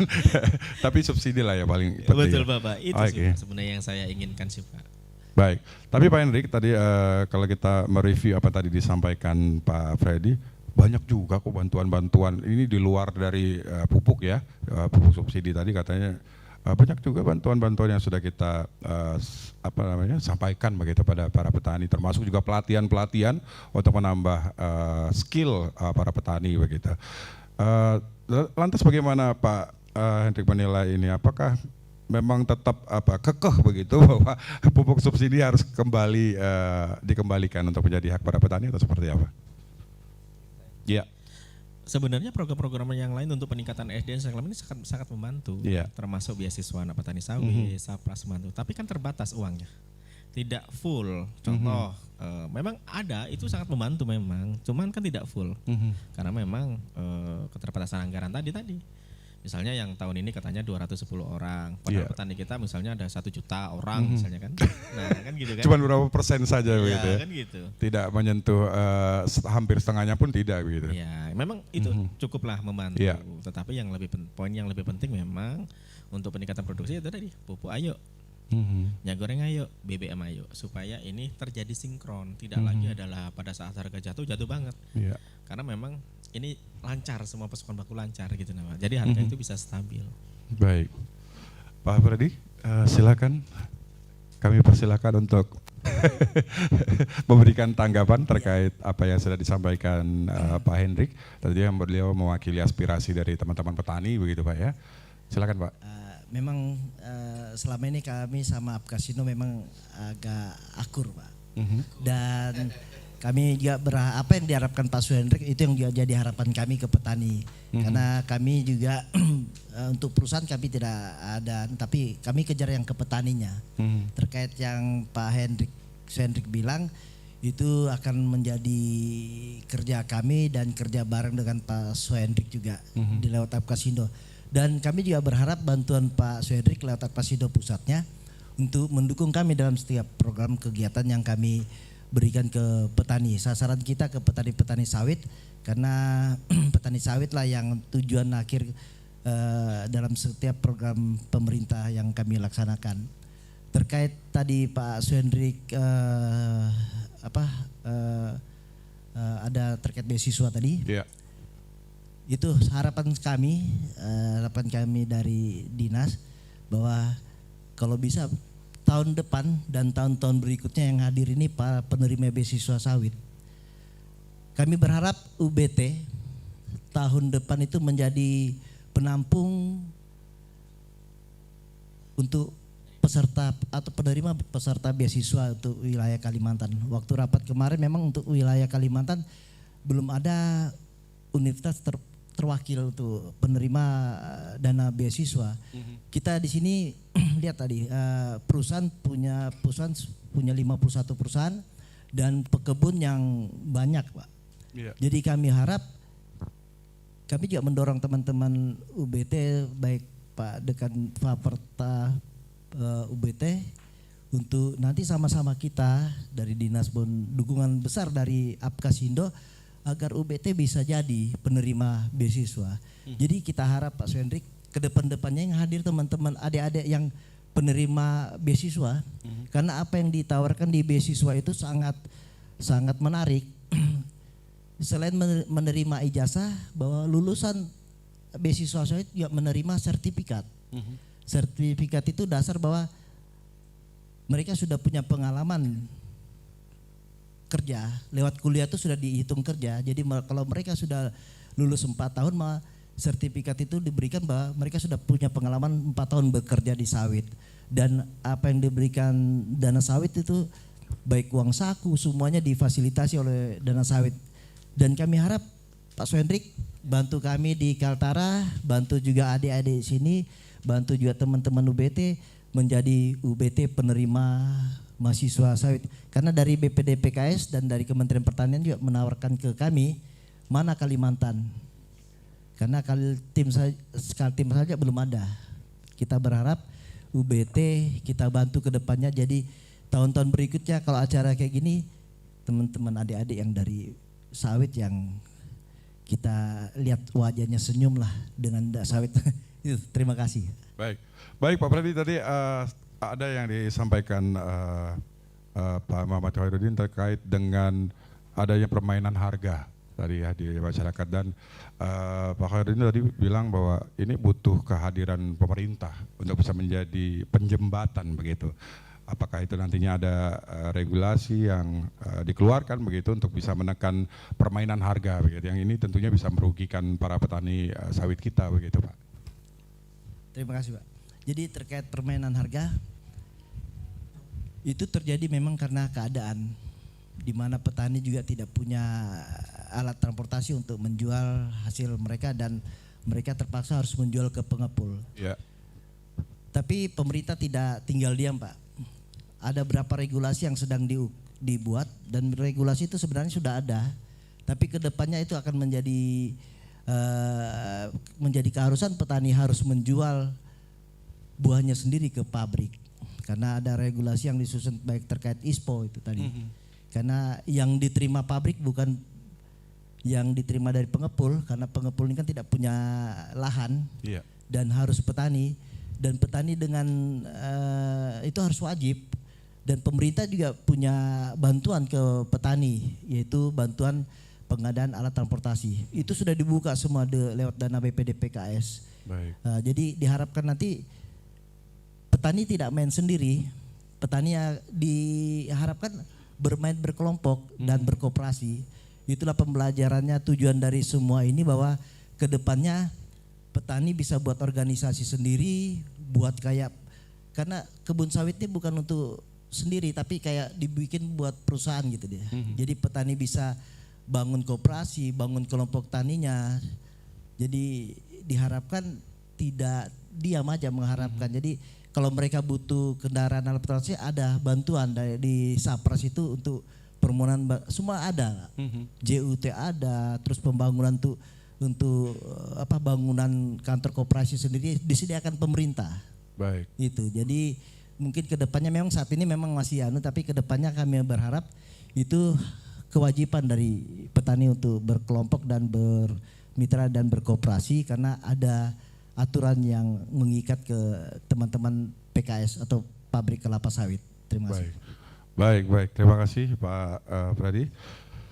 Pak Dewan, tadi seperti apa yang sudah disampaikan Pak Hendrik terkait dengan aspirasi ya dari para petani-petani itu, kemudian juga dari pihak pemerintah dalam hal ini Dinas Perkebunan juga memberikan bantuan-bantuan dan support yang maksimal ya, semaksimal yang bisa dilakukan karena sekali lagi terkait dengan anggaran permasalahannya, kendalanya adalah di situ. Dan bagaimana Komisi 2 akan masuknya di mana nih nanti? Apa yang akan bisa menjadi langkah dari DPRD untuk bisa memberikan support begitu? Akan berada di mana Komisi 2? Baik, kita khususnya di Komisi 2 itu membidangi ekonomi dan keuangan. Artinya memikirkan ekonomi itu adalah berapa pemasukan yang akan masuk di APBD dan juga berapa pengeluaran. Nah, makanya kita melakukan upaya-upaya bagaimana semakin banyak pemasukan, ya, semakin banyak contoh tadi dana bagi hasil, maka semakin banyak juga perputaran keuangan untuk pembangunan. Nah, lebih spesifik lagi terkait dengan effort atau mungkin perhatian khusus kepada perkebunan. Ini yang menjadi atensi kita semuanya. Nah, tentu pertama ya supporting anggaran yang harus ditingkatkan. Ya. Kita di Komisi 2 akan terus berupaya bagaimana semaksimal mungkin. Kemarin munculnya DBH itu juga bahkan ada peran-peran kita di sana. Ya. Yang kedua yang menjadi perhatian adalah harmonisasi kepemerintahan. Ini yang kita mendorong bagaimana duduk bersama untuk mencari jalan keluar bagaimana persoalan-persoalan perkebunan atau khususnya sawit ini bisa menghadirkan sebuah solusi yang solutif. Duduk bersama lagi kan? Bermasalah itu lagi. Terulang lagi kata-kata tersebut. Ini harus kita highlight terus kita kasih lampu warna-warni begitu Pak ya. Biar jadi perhatian. Karena contoh tadi yang disinggung oleh Pak Freddy terkait dengan ISPO ya, Indonesian Sustainable. Jadi kalau perusahaan perkebunan sawit yang perusahaannya sudah ISPO bagus. Iya. Tapi petani ini ke depan kan diharuskan harus memenuhi standar ISPO namanya. Nah, ISPO ini kan butuh administrasi, butuh biaya, butuh bimbingan sehingga masyarakat bagaimana bisa memenuhi standar itu. Nah, sementara kita untuk program STDB ya itu berharap dari APBN atau BPDBKS. Nah, ini apa yang didapatkan ini jauh dari kebutuhan yang ada di tengah-tengah kita. Jangan sampai ketika ini aturan sudah ditegakkan, sementara tidak semua petani siap untuk menjalani kewajiban yang berupa ISPO tadi. Nah, ini juga butuh perhatian pemerintah provinsi agar ada ya semacam bentuk suntikan anggaran agar program STDB tadi bisa diterima masyarakat sehingga sawit yang ditanam masyarakat bisa dijual. Ya mohon maaf tadi, STDB ini menjadi syarat sawit bisa dijual. Ya. Kita jangan bayangin seperti tanaman pisang, tanaman padi yang mana kalau ada pisang pasti laku. Nah, sawit ini kita menanam sendiri, mupuk sendiri, lahan kita sendiri. Nah, untuk menjualnya ini ada aturannya. Karena perusahaan diikat oleh aturan bahwa dia boleh menerima hasil petani ketika petaninya itu memenuhi ketentuan undang-undang. Nah, saat ini sedang dilakukan upaya itu. Sementara antara anggaran dengan kemampuan mengcover lahan perkebunan sawit ini masih kurang, cukup jauh. Nah, makanya itu juga membutuhkan ya mungkin dorongan anggaran gitu ya Pak ya. Karena dari setiap tahun kita dapat berapa? 500 ya. Yang tiga kepentingnya juga Pak, betul bahwa kita ini Kalimantan ada 5 provinsi dengan jumlah sawit yang cukup luas, tapi belum ada perguruan tinggi atau kampus yang menampung masih anak-anak lokal untuk kuliah di kampus tersebut yang memiliki jurusan spesifikasi khusus terkait dengan petani. Justru kampus atau universitas yang menampung program BPDPKS ini malah wilayah-wilayah yang tidak ada sawitnya, contoh Yogyakarta, Bekasi, ini kan tidak ada sawitnya di sana. Kalau Riau, kemudian Bengkulu masih atau ada, mungkin Medan ya ada. Cuman di Jawa ini kan adanya hanya di wilayah Banten, Jawa Tengah, Jawa Timur, Jogja, apalagi Jakarta itu sama sekali tidak ada. Tapi sekolahnya ada. Gitu kan. Nah, ini makanya kalau kampus universitas ini dekat dengan lingkungan sawit, tentu ini ya memotong anggaran, kemudian penyerapan mahasiswa barunya itu diutamakan anak daerah karena mereka lah masa depan. Mohon maaf teman-teman sekalian, sawit ini komoditas masa depan loh. Justru akan menjadi sumber energi ke depan. Beberapa bahan bakar tekstil ya, solar ya, itu berapa persen sudah mengandung sawit. Bahkan sampai 30% informasinya. 35% ya. Dextrite yang pengganti solar itu bahan bakunya juga berasal dari sawit ya. Sumber alam kita ya misalnya minyak bumi, batu bara, lambat laun kan ini juga akan habis. Karena itu berkah alam lah gitu ya. Nah, bisa kita bayangkan kalau sumber-sumber itu sudah habis. Kira-kira sumber energi kita dari mana? Makanya sawit menjadi salah satu solutif jangka panjang ketika sumber-sumber energi yang berasal dari alam tadi sudah berkurang. Ya. Nikel sekarang menjadi andalan. Ya. Tapi kan itu alam yang tidak bisa diproduksi oleh manusia. Tidak bisa diperbarui Pak ya. Ribuan tahun bahkan ya puluhan ribu tahun. Nah, sawit ini juga akan menjadi, makanya teman-teman sekalian, Bapak Ibu semua, jangan malu menjadi petani sawit. Justru kita adalah pemegang masa depan Indonesia ini. Ya, mungkin itu. Iya. Apalagi kalau nanti pada akhirnya para petani-petani sawit kita bisa hidup sejahtera, tentunya teman-teman juga nggak akan malu begitu. Bahkan semakin bangga bahwa dengan sawit bisa kemana-mana, bisa punya apa-apa gitu ya. Pak Hendrik, ini sudah ada hembusan angin segar sebenarnya dari tadi, dari DPRD, kemudian dari dinas perkebunan begitu ya. Semuanya mau mendukung kok sebenarnya, mau mensupport itu gitu. Tapi memang kalau saya lihat tadi sesuai dengan kemampuan begitu, karena sekali lagi permasalahan ternyata anggaran begitu. Pak Hendrik, bagaimana menilai hal tersebut?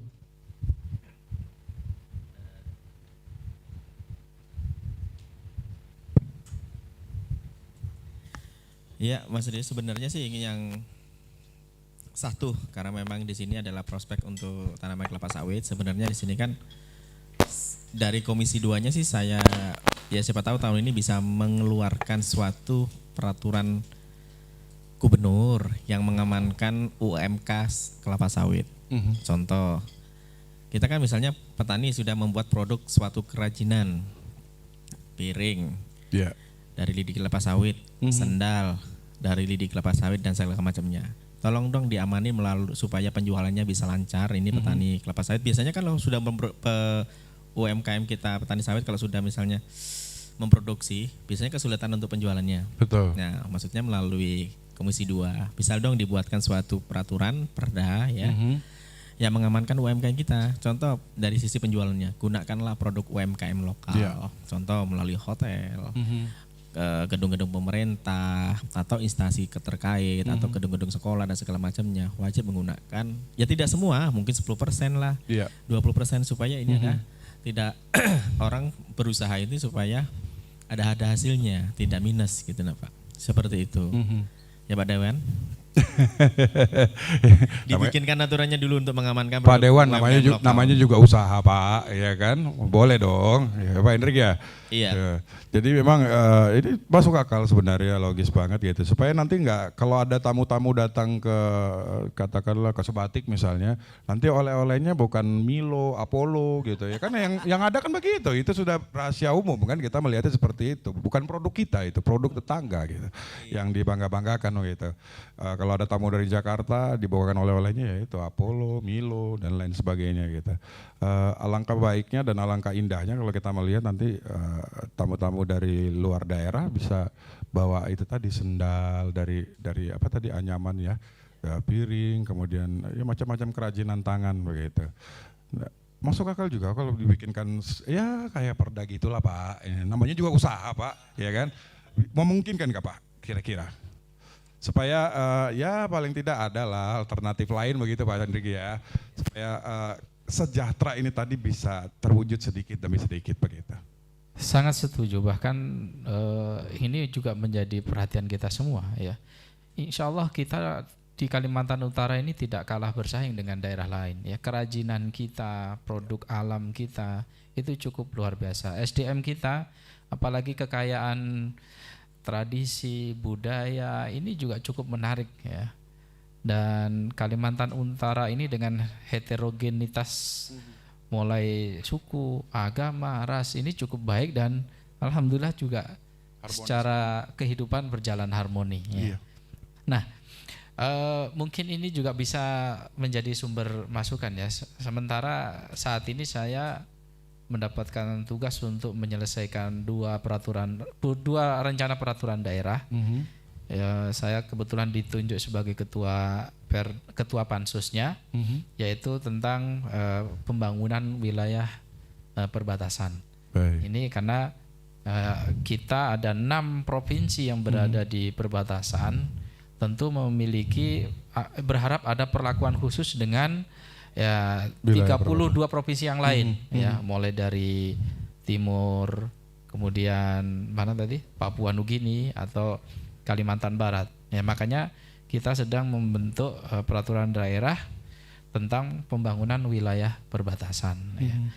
Yang kedua, saya juga kebetulan diminta menyelesaikan atau menuntaskan Perda RT/RW, Rencana Tata Ruang Wilayah, yang tentunya ini menjadi panduan pembangunan Provinsi Kalimantan Utara ke depan. Karena RT/RW kita yang sudah kita miliki ini sudah tidak ekosistem lagi ya, karena sudah berjalan 10 tahun yang awal pemekaran Kalimantan Utara.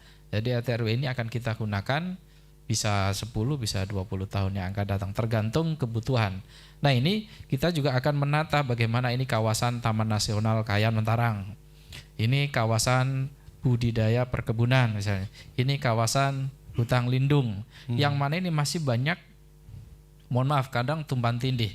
Ini lahan masyarakat yang sudah dikelola, sudah ditanami, bahkan dibangun infrastruktur pemerintahan, tiba-tiba masuk HGU oleh perusahaan. Contoh di wilayah kecamatan Sebuku di Nunukan, kantor camat, rumah sakit, koramil, termasuk masuk di wilayah perusahaan, HGU perusahaan, sehingga masyarakat tidak bisa membuat sertifikat. Tanamannya pun bersifat ya numpang karena secara dia hanya mungkin mengelola saja tapi tidak memiliki hak kuasa dalam hal misalnya jual beli dan sebagainya. Ya.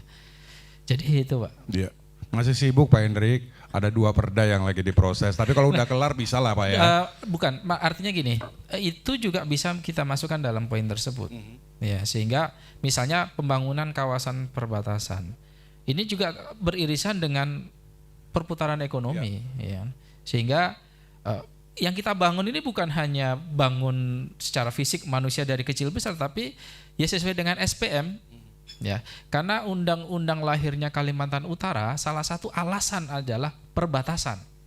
Itu alasan ya. Kalau tidak ada stressing terhadap perbatasan, mungkin tidak akan lahir ini provinsi Kalimantan Utara. Mohon maaf, kita bercerita pemekaran tanah tidung itu kan kesannya ya yang penting melengkapi prosedural ini. Betul. Ya, sehingga ya motivasi dan semangat munculnya provinsi ke-34 ini salah satu SPM-nya adalah meningkatkan kualitas. Nah, pembangunan ini bukan hanya fisik tapi juga manusianya. Membangun manusia tidak hanya tumbuh dengan otak tapi juga ekonomi. Makanya untuk membangun itu misalnya pola ekonomi misalnya tadi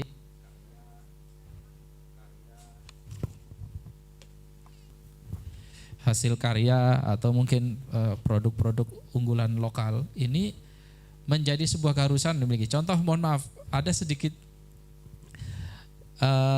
contoh yang bagus sebenarnya waktu awal-awal pemerintahan gubernur sekarang ya.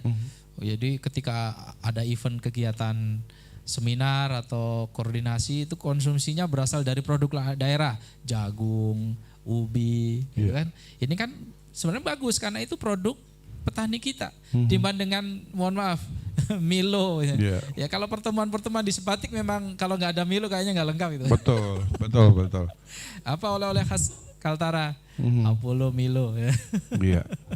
Paling enggak nanti minimal kita bisa lihat ada mungkin penganan khas dari sawit ya yang bisa jadi inovasi untuk dijadikan oleh-oleh begitu. Betul. Atau hal lain tadi seperti kerajinan tangan yang disebutkan Pak Hendrik tadi. Mudah-mudahan itu bisa jadi kenyataan begitu. Baik, Pak Pradi dan juga Pak Herudin, ini kalau dilihat tadi teleponnya Pak Hendrik sibuk banget soalnya banyak yang tolong Pak tanyakan dan sampaikan kepada beliau berdua itu. Ini nggak selesai-selesai kayaknya. Oke, kalau gitu saya akan minta seluruh panelis yang memberikan closing statement-nya. Mungkin dari Pak Freddy dulu, apa yang ingin Anda sampaikan Freddy, dan tentu juga harapan pemerintah begitu ya. Jadi bukan hanya harapan dari teman-teman petani, tapi juga bagaimana sih sebenarnya harapan pemerintah terhadap para petani. Silakan. Terima kasih Pak. Terima kasih kepada Tarakan TV, terima kasih kepada Apkasindo yang sudah mau fasilitasi untuk kegiatan kita hari ini. Dan kedepannya kami harap makin banyak lagi kegiatan seperti ini, baik itu lewat Apkasindo maupun lewat dana DBA sawit yang ada di kabupaten kota maupun di provinsi. Intinya kami memang punya keterbatasan, baik keterbatasan anggaran maupun pasukan, tapi kerjasama dengan teman-teman Apkasindo, terutama dengan teman-teman pekebun kelapa sawit dan Bapak Dewan-Dewan di Komisi 2 untuk mensejahterakan petani, itu sangat kami harapkan dukungan dari Bapak-Bapak sekalian.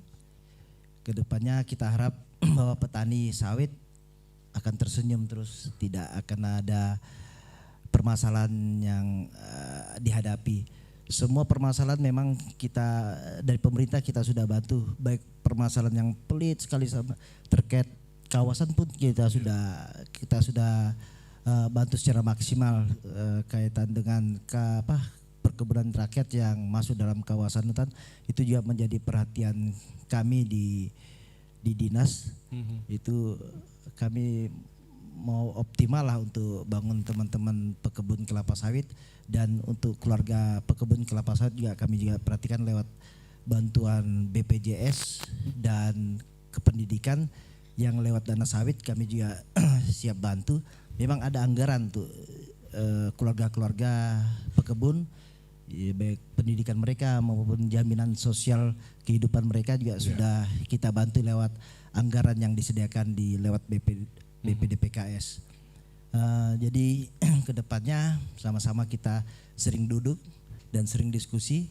Tiap bulan juga kami melakukan penetapan harga TBS dan menjadi pengawasan teman-teman Dewan, teman-teman Apkasindo, teman-teman Gapki dalam penentuan harga TBS kami per bulan. Itu aja, terima kasih Pak. Baik, terima kasih Pak Freddy. Pak Muhammad Khairuddin, silakan Pak Dewan, apa yang ingin Anda sampaikan? Baik, sebagai closing statement, jadi pertama tentu kami mengucapkan terima kasih atas kesempatan yang diberikan. Kita berharap forum-forum seperti ini itu ada terus ya. Terima kasih kepada Apkasindo karena telah memfasilitasi sehingga kita bisa bertemu, apalagi ini disaksikan oleh ya baik yang ada di ruangan ini maupun di kanal-kanal baik YouTube maupun Facebook ya. Ini harapan kita akan menjadi diskursus ya, jadi sesuatu yang menarik ya. Apalagi adik-adik sekalian, karena di sini banyak pendengar yang dalam ruangan ini adalah mahasiswa sebagai agen penerus ke depan. Nuansa diskusi ini terus kita tumbuhkan. Mungkin karena juga sebagai dari lembaga politik saya, ya, karena anggota DPRD ada lembaga politik. Sebentar lagi kita memasuki tahapan pemilihan kepala daerah. Sehingga ini menjadi poin penting bagi kita yang punya perhatian terhadap sawit ya. Jadi harapan kita pemimpin-pemimpin yang nanti ya mendapatkan mandat dari masyarakat adalah pemimpin-pemimpin yang punya perhatian terhadap perkebunan sawit ya. Ya boleh nanti ini kan momen pilkada, jadi bisa menjadi janji politik kah, atau mungkin komitmen-komitmen khusus sehingga bisa diikat bahwa janji politik selama 5 tahun kepemimpinan bagaimana memiliki perhatian khusus terhadap sawit. Apakah misalnya tadi kendala-kendala kita, misalnya subsidi, ya, subsidi infrastruktur, ada subsidi pupuk, atau mungkin infrastruktur dan lain sebagainya. Ini momen penting bagi kita semuanya karena ya sekali lagi apa yang kita bahas ini semua ini adalah hanya sebuah diskusi yang mana belum bisa menjadi sebuah kebijakan. Tapi kalau ini dibicarakan pada level pengambil kebijakan yaitu baik itu bupati atau mungkin gubernur, ini tentu akan lebih berdampak. Jadi adik-adikku sekalian semuanya, para pemirsa, bahwa mari kita momentum pilkada ini menjadi sarana untuk menitipkan pesan-pesan penting terhadap calon pemimpin kita untuk memiliki perhatian yang tinggi terhadap perjalanan perkebunan sawit yang tentunya menjadi komoditas unggulan di masa depan. Ya, terima kasih itu saja. Amin. Baik, terima kasih Pak Khairuddin. Pak Hendrik. Saya mungkin ada beberapa poin Mas Sri yang perlu saya sampaikan. Yang pertama memang mudah-mudahan dengan adanya acara ini melalui live Taraka TV ini, mudah-mudahan para pengambil kebijakan bisa melihat permasalahan pertani. Yang pertama mengenai ketidakakuratan data tadi petani kelapa sawit. Yang kedua mengenai penetapan harga TBS supaya ada ketidakhadirnya beberapa instansi terkait. Terus yang ketiga tadi supaya mudah-mudahan tahun ini juga bisa maupun tahun ini tahun depan bisa dikeluarkanlah perda yang bisa ngamanin para UMK petani kelapa sawit.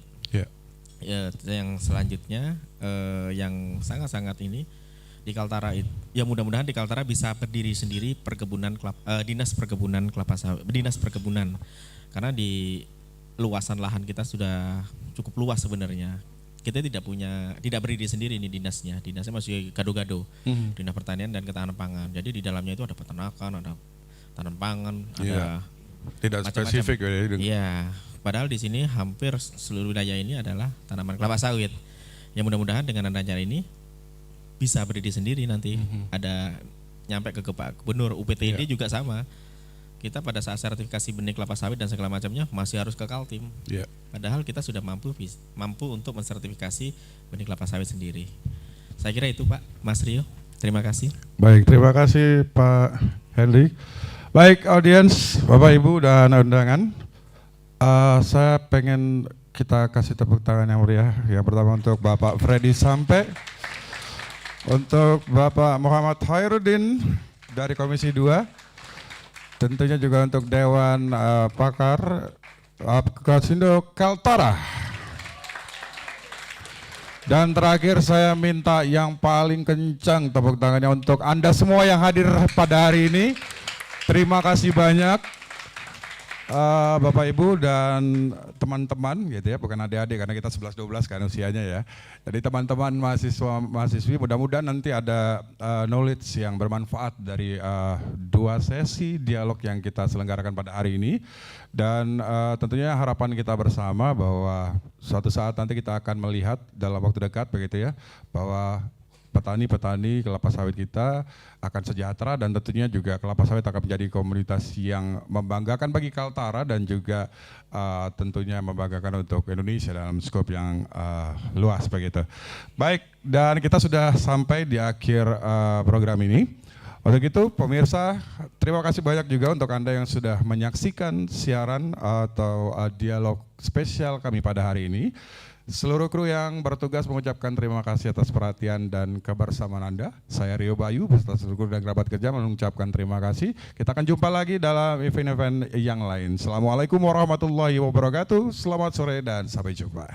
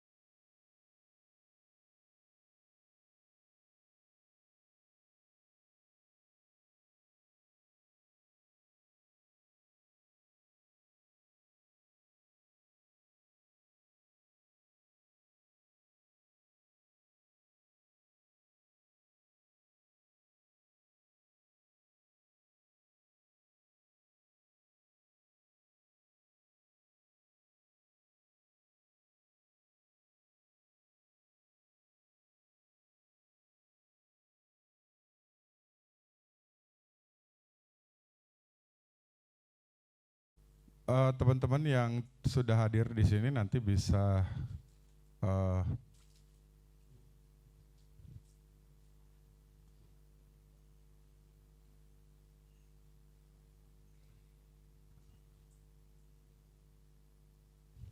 baik, dan terima kasih setinggi-tingginya untuk Anda yang sudah hadir pada hari ini. Sekali lagi mudah-mudahan apa yang sudah kita lakukan hari ini juga bisa membawa manfaat meskipun tidak secara langsung kepada Anda semua. Sekali lagi terima kasih. Assalamualaikum warahmatullahi wabarakatuh.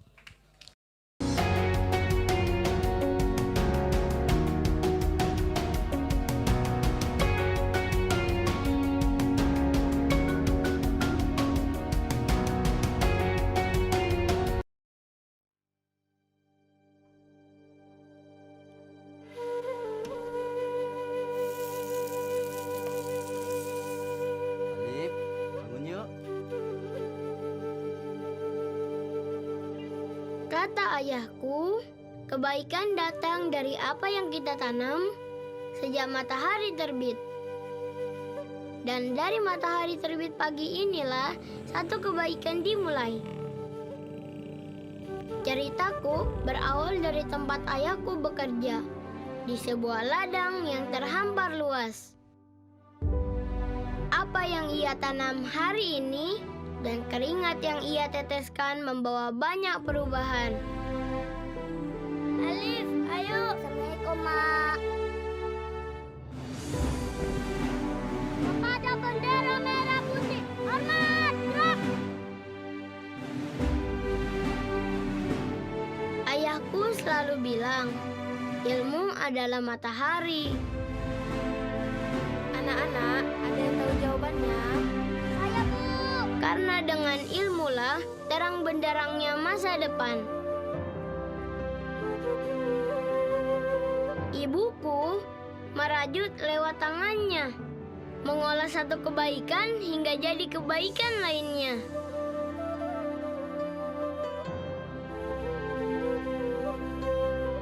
Untuk membawa kebaikan harus dimulai dari kesehatan, agar kaki-kaki mereka nanti kuat melangkah. Ayahku juga bilang, kebaikan berawal dari bibitnya. Dari biji buah sawit ini banyak sekali mengandung kebaikan. Karena bibit yang baik, buahnya bisa dituai dan berguna di masa depan.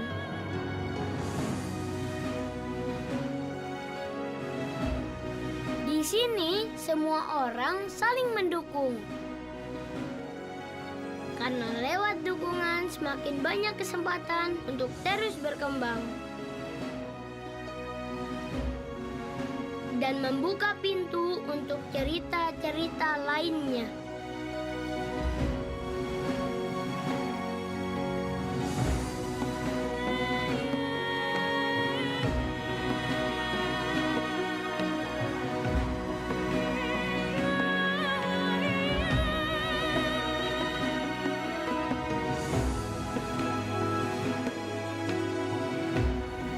Ini ceritaku.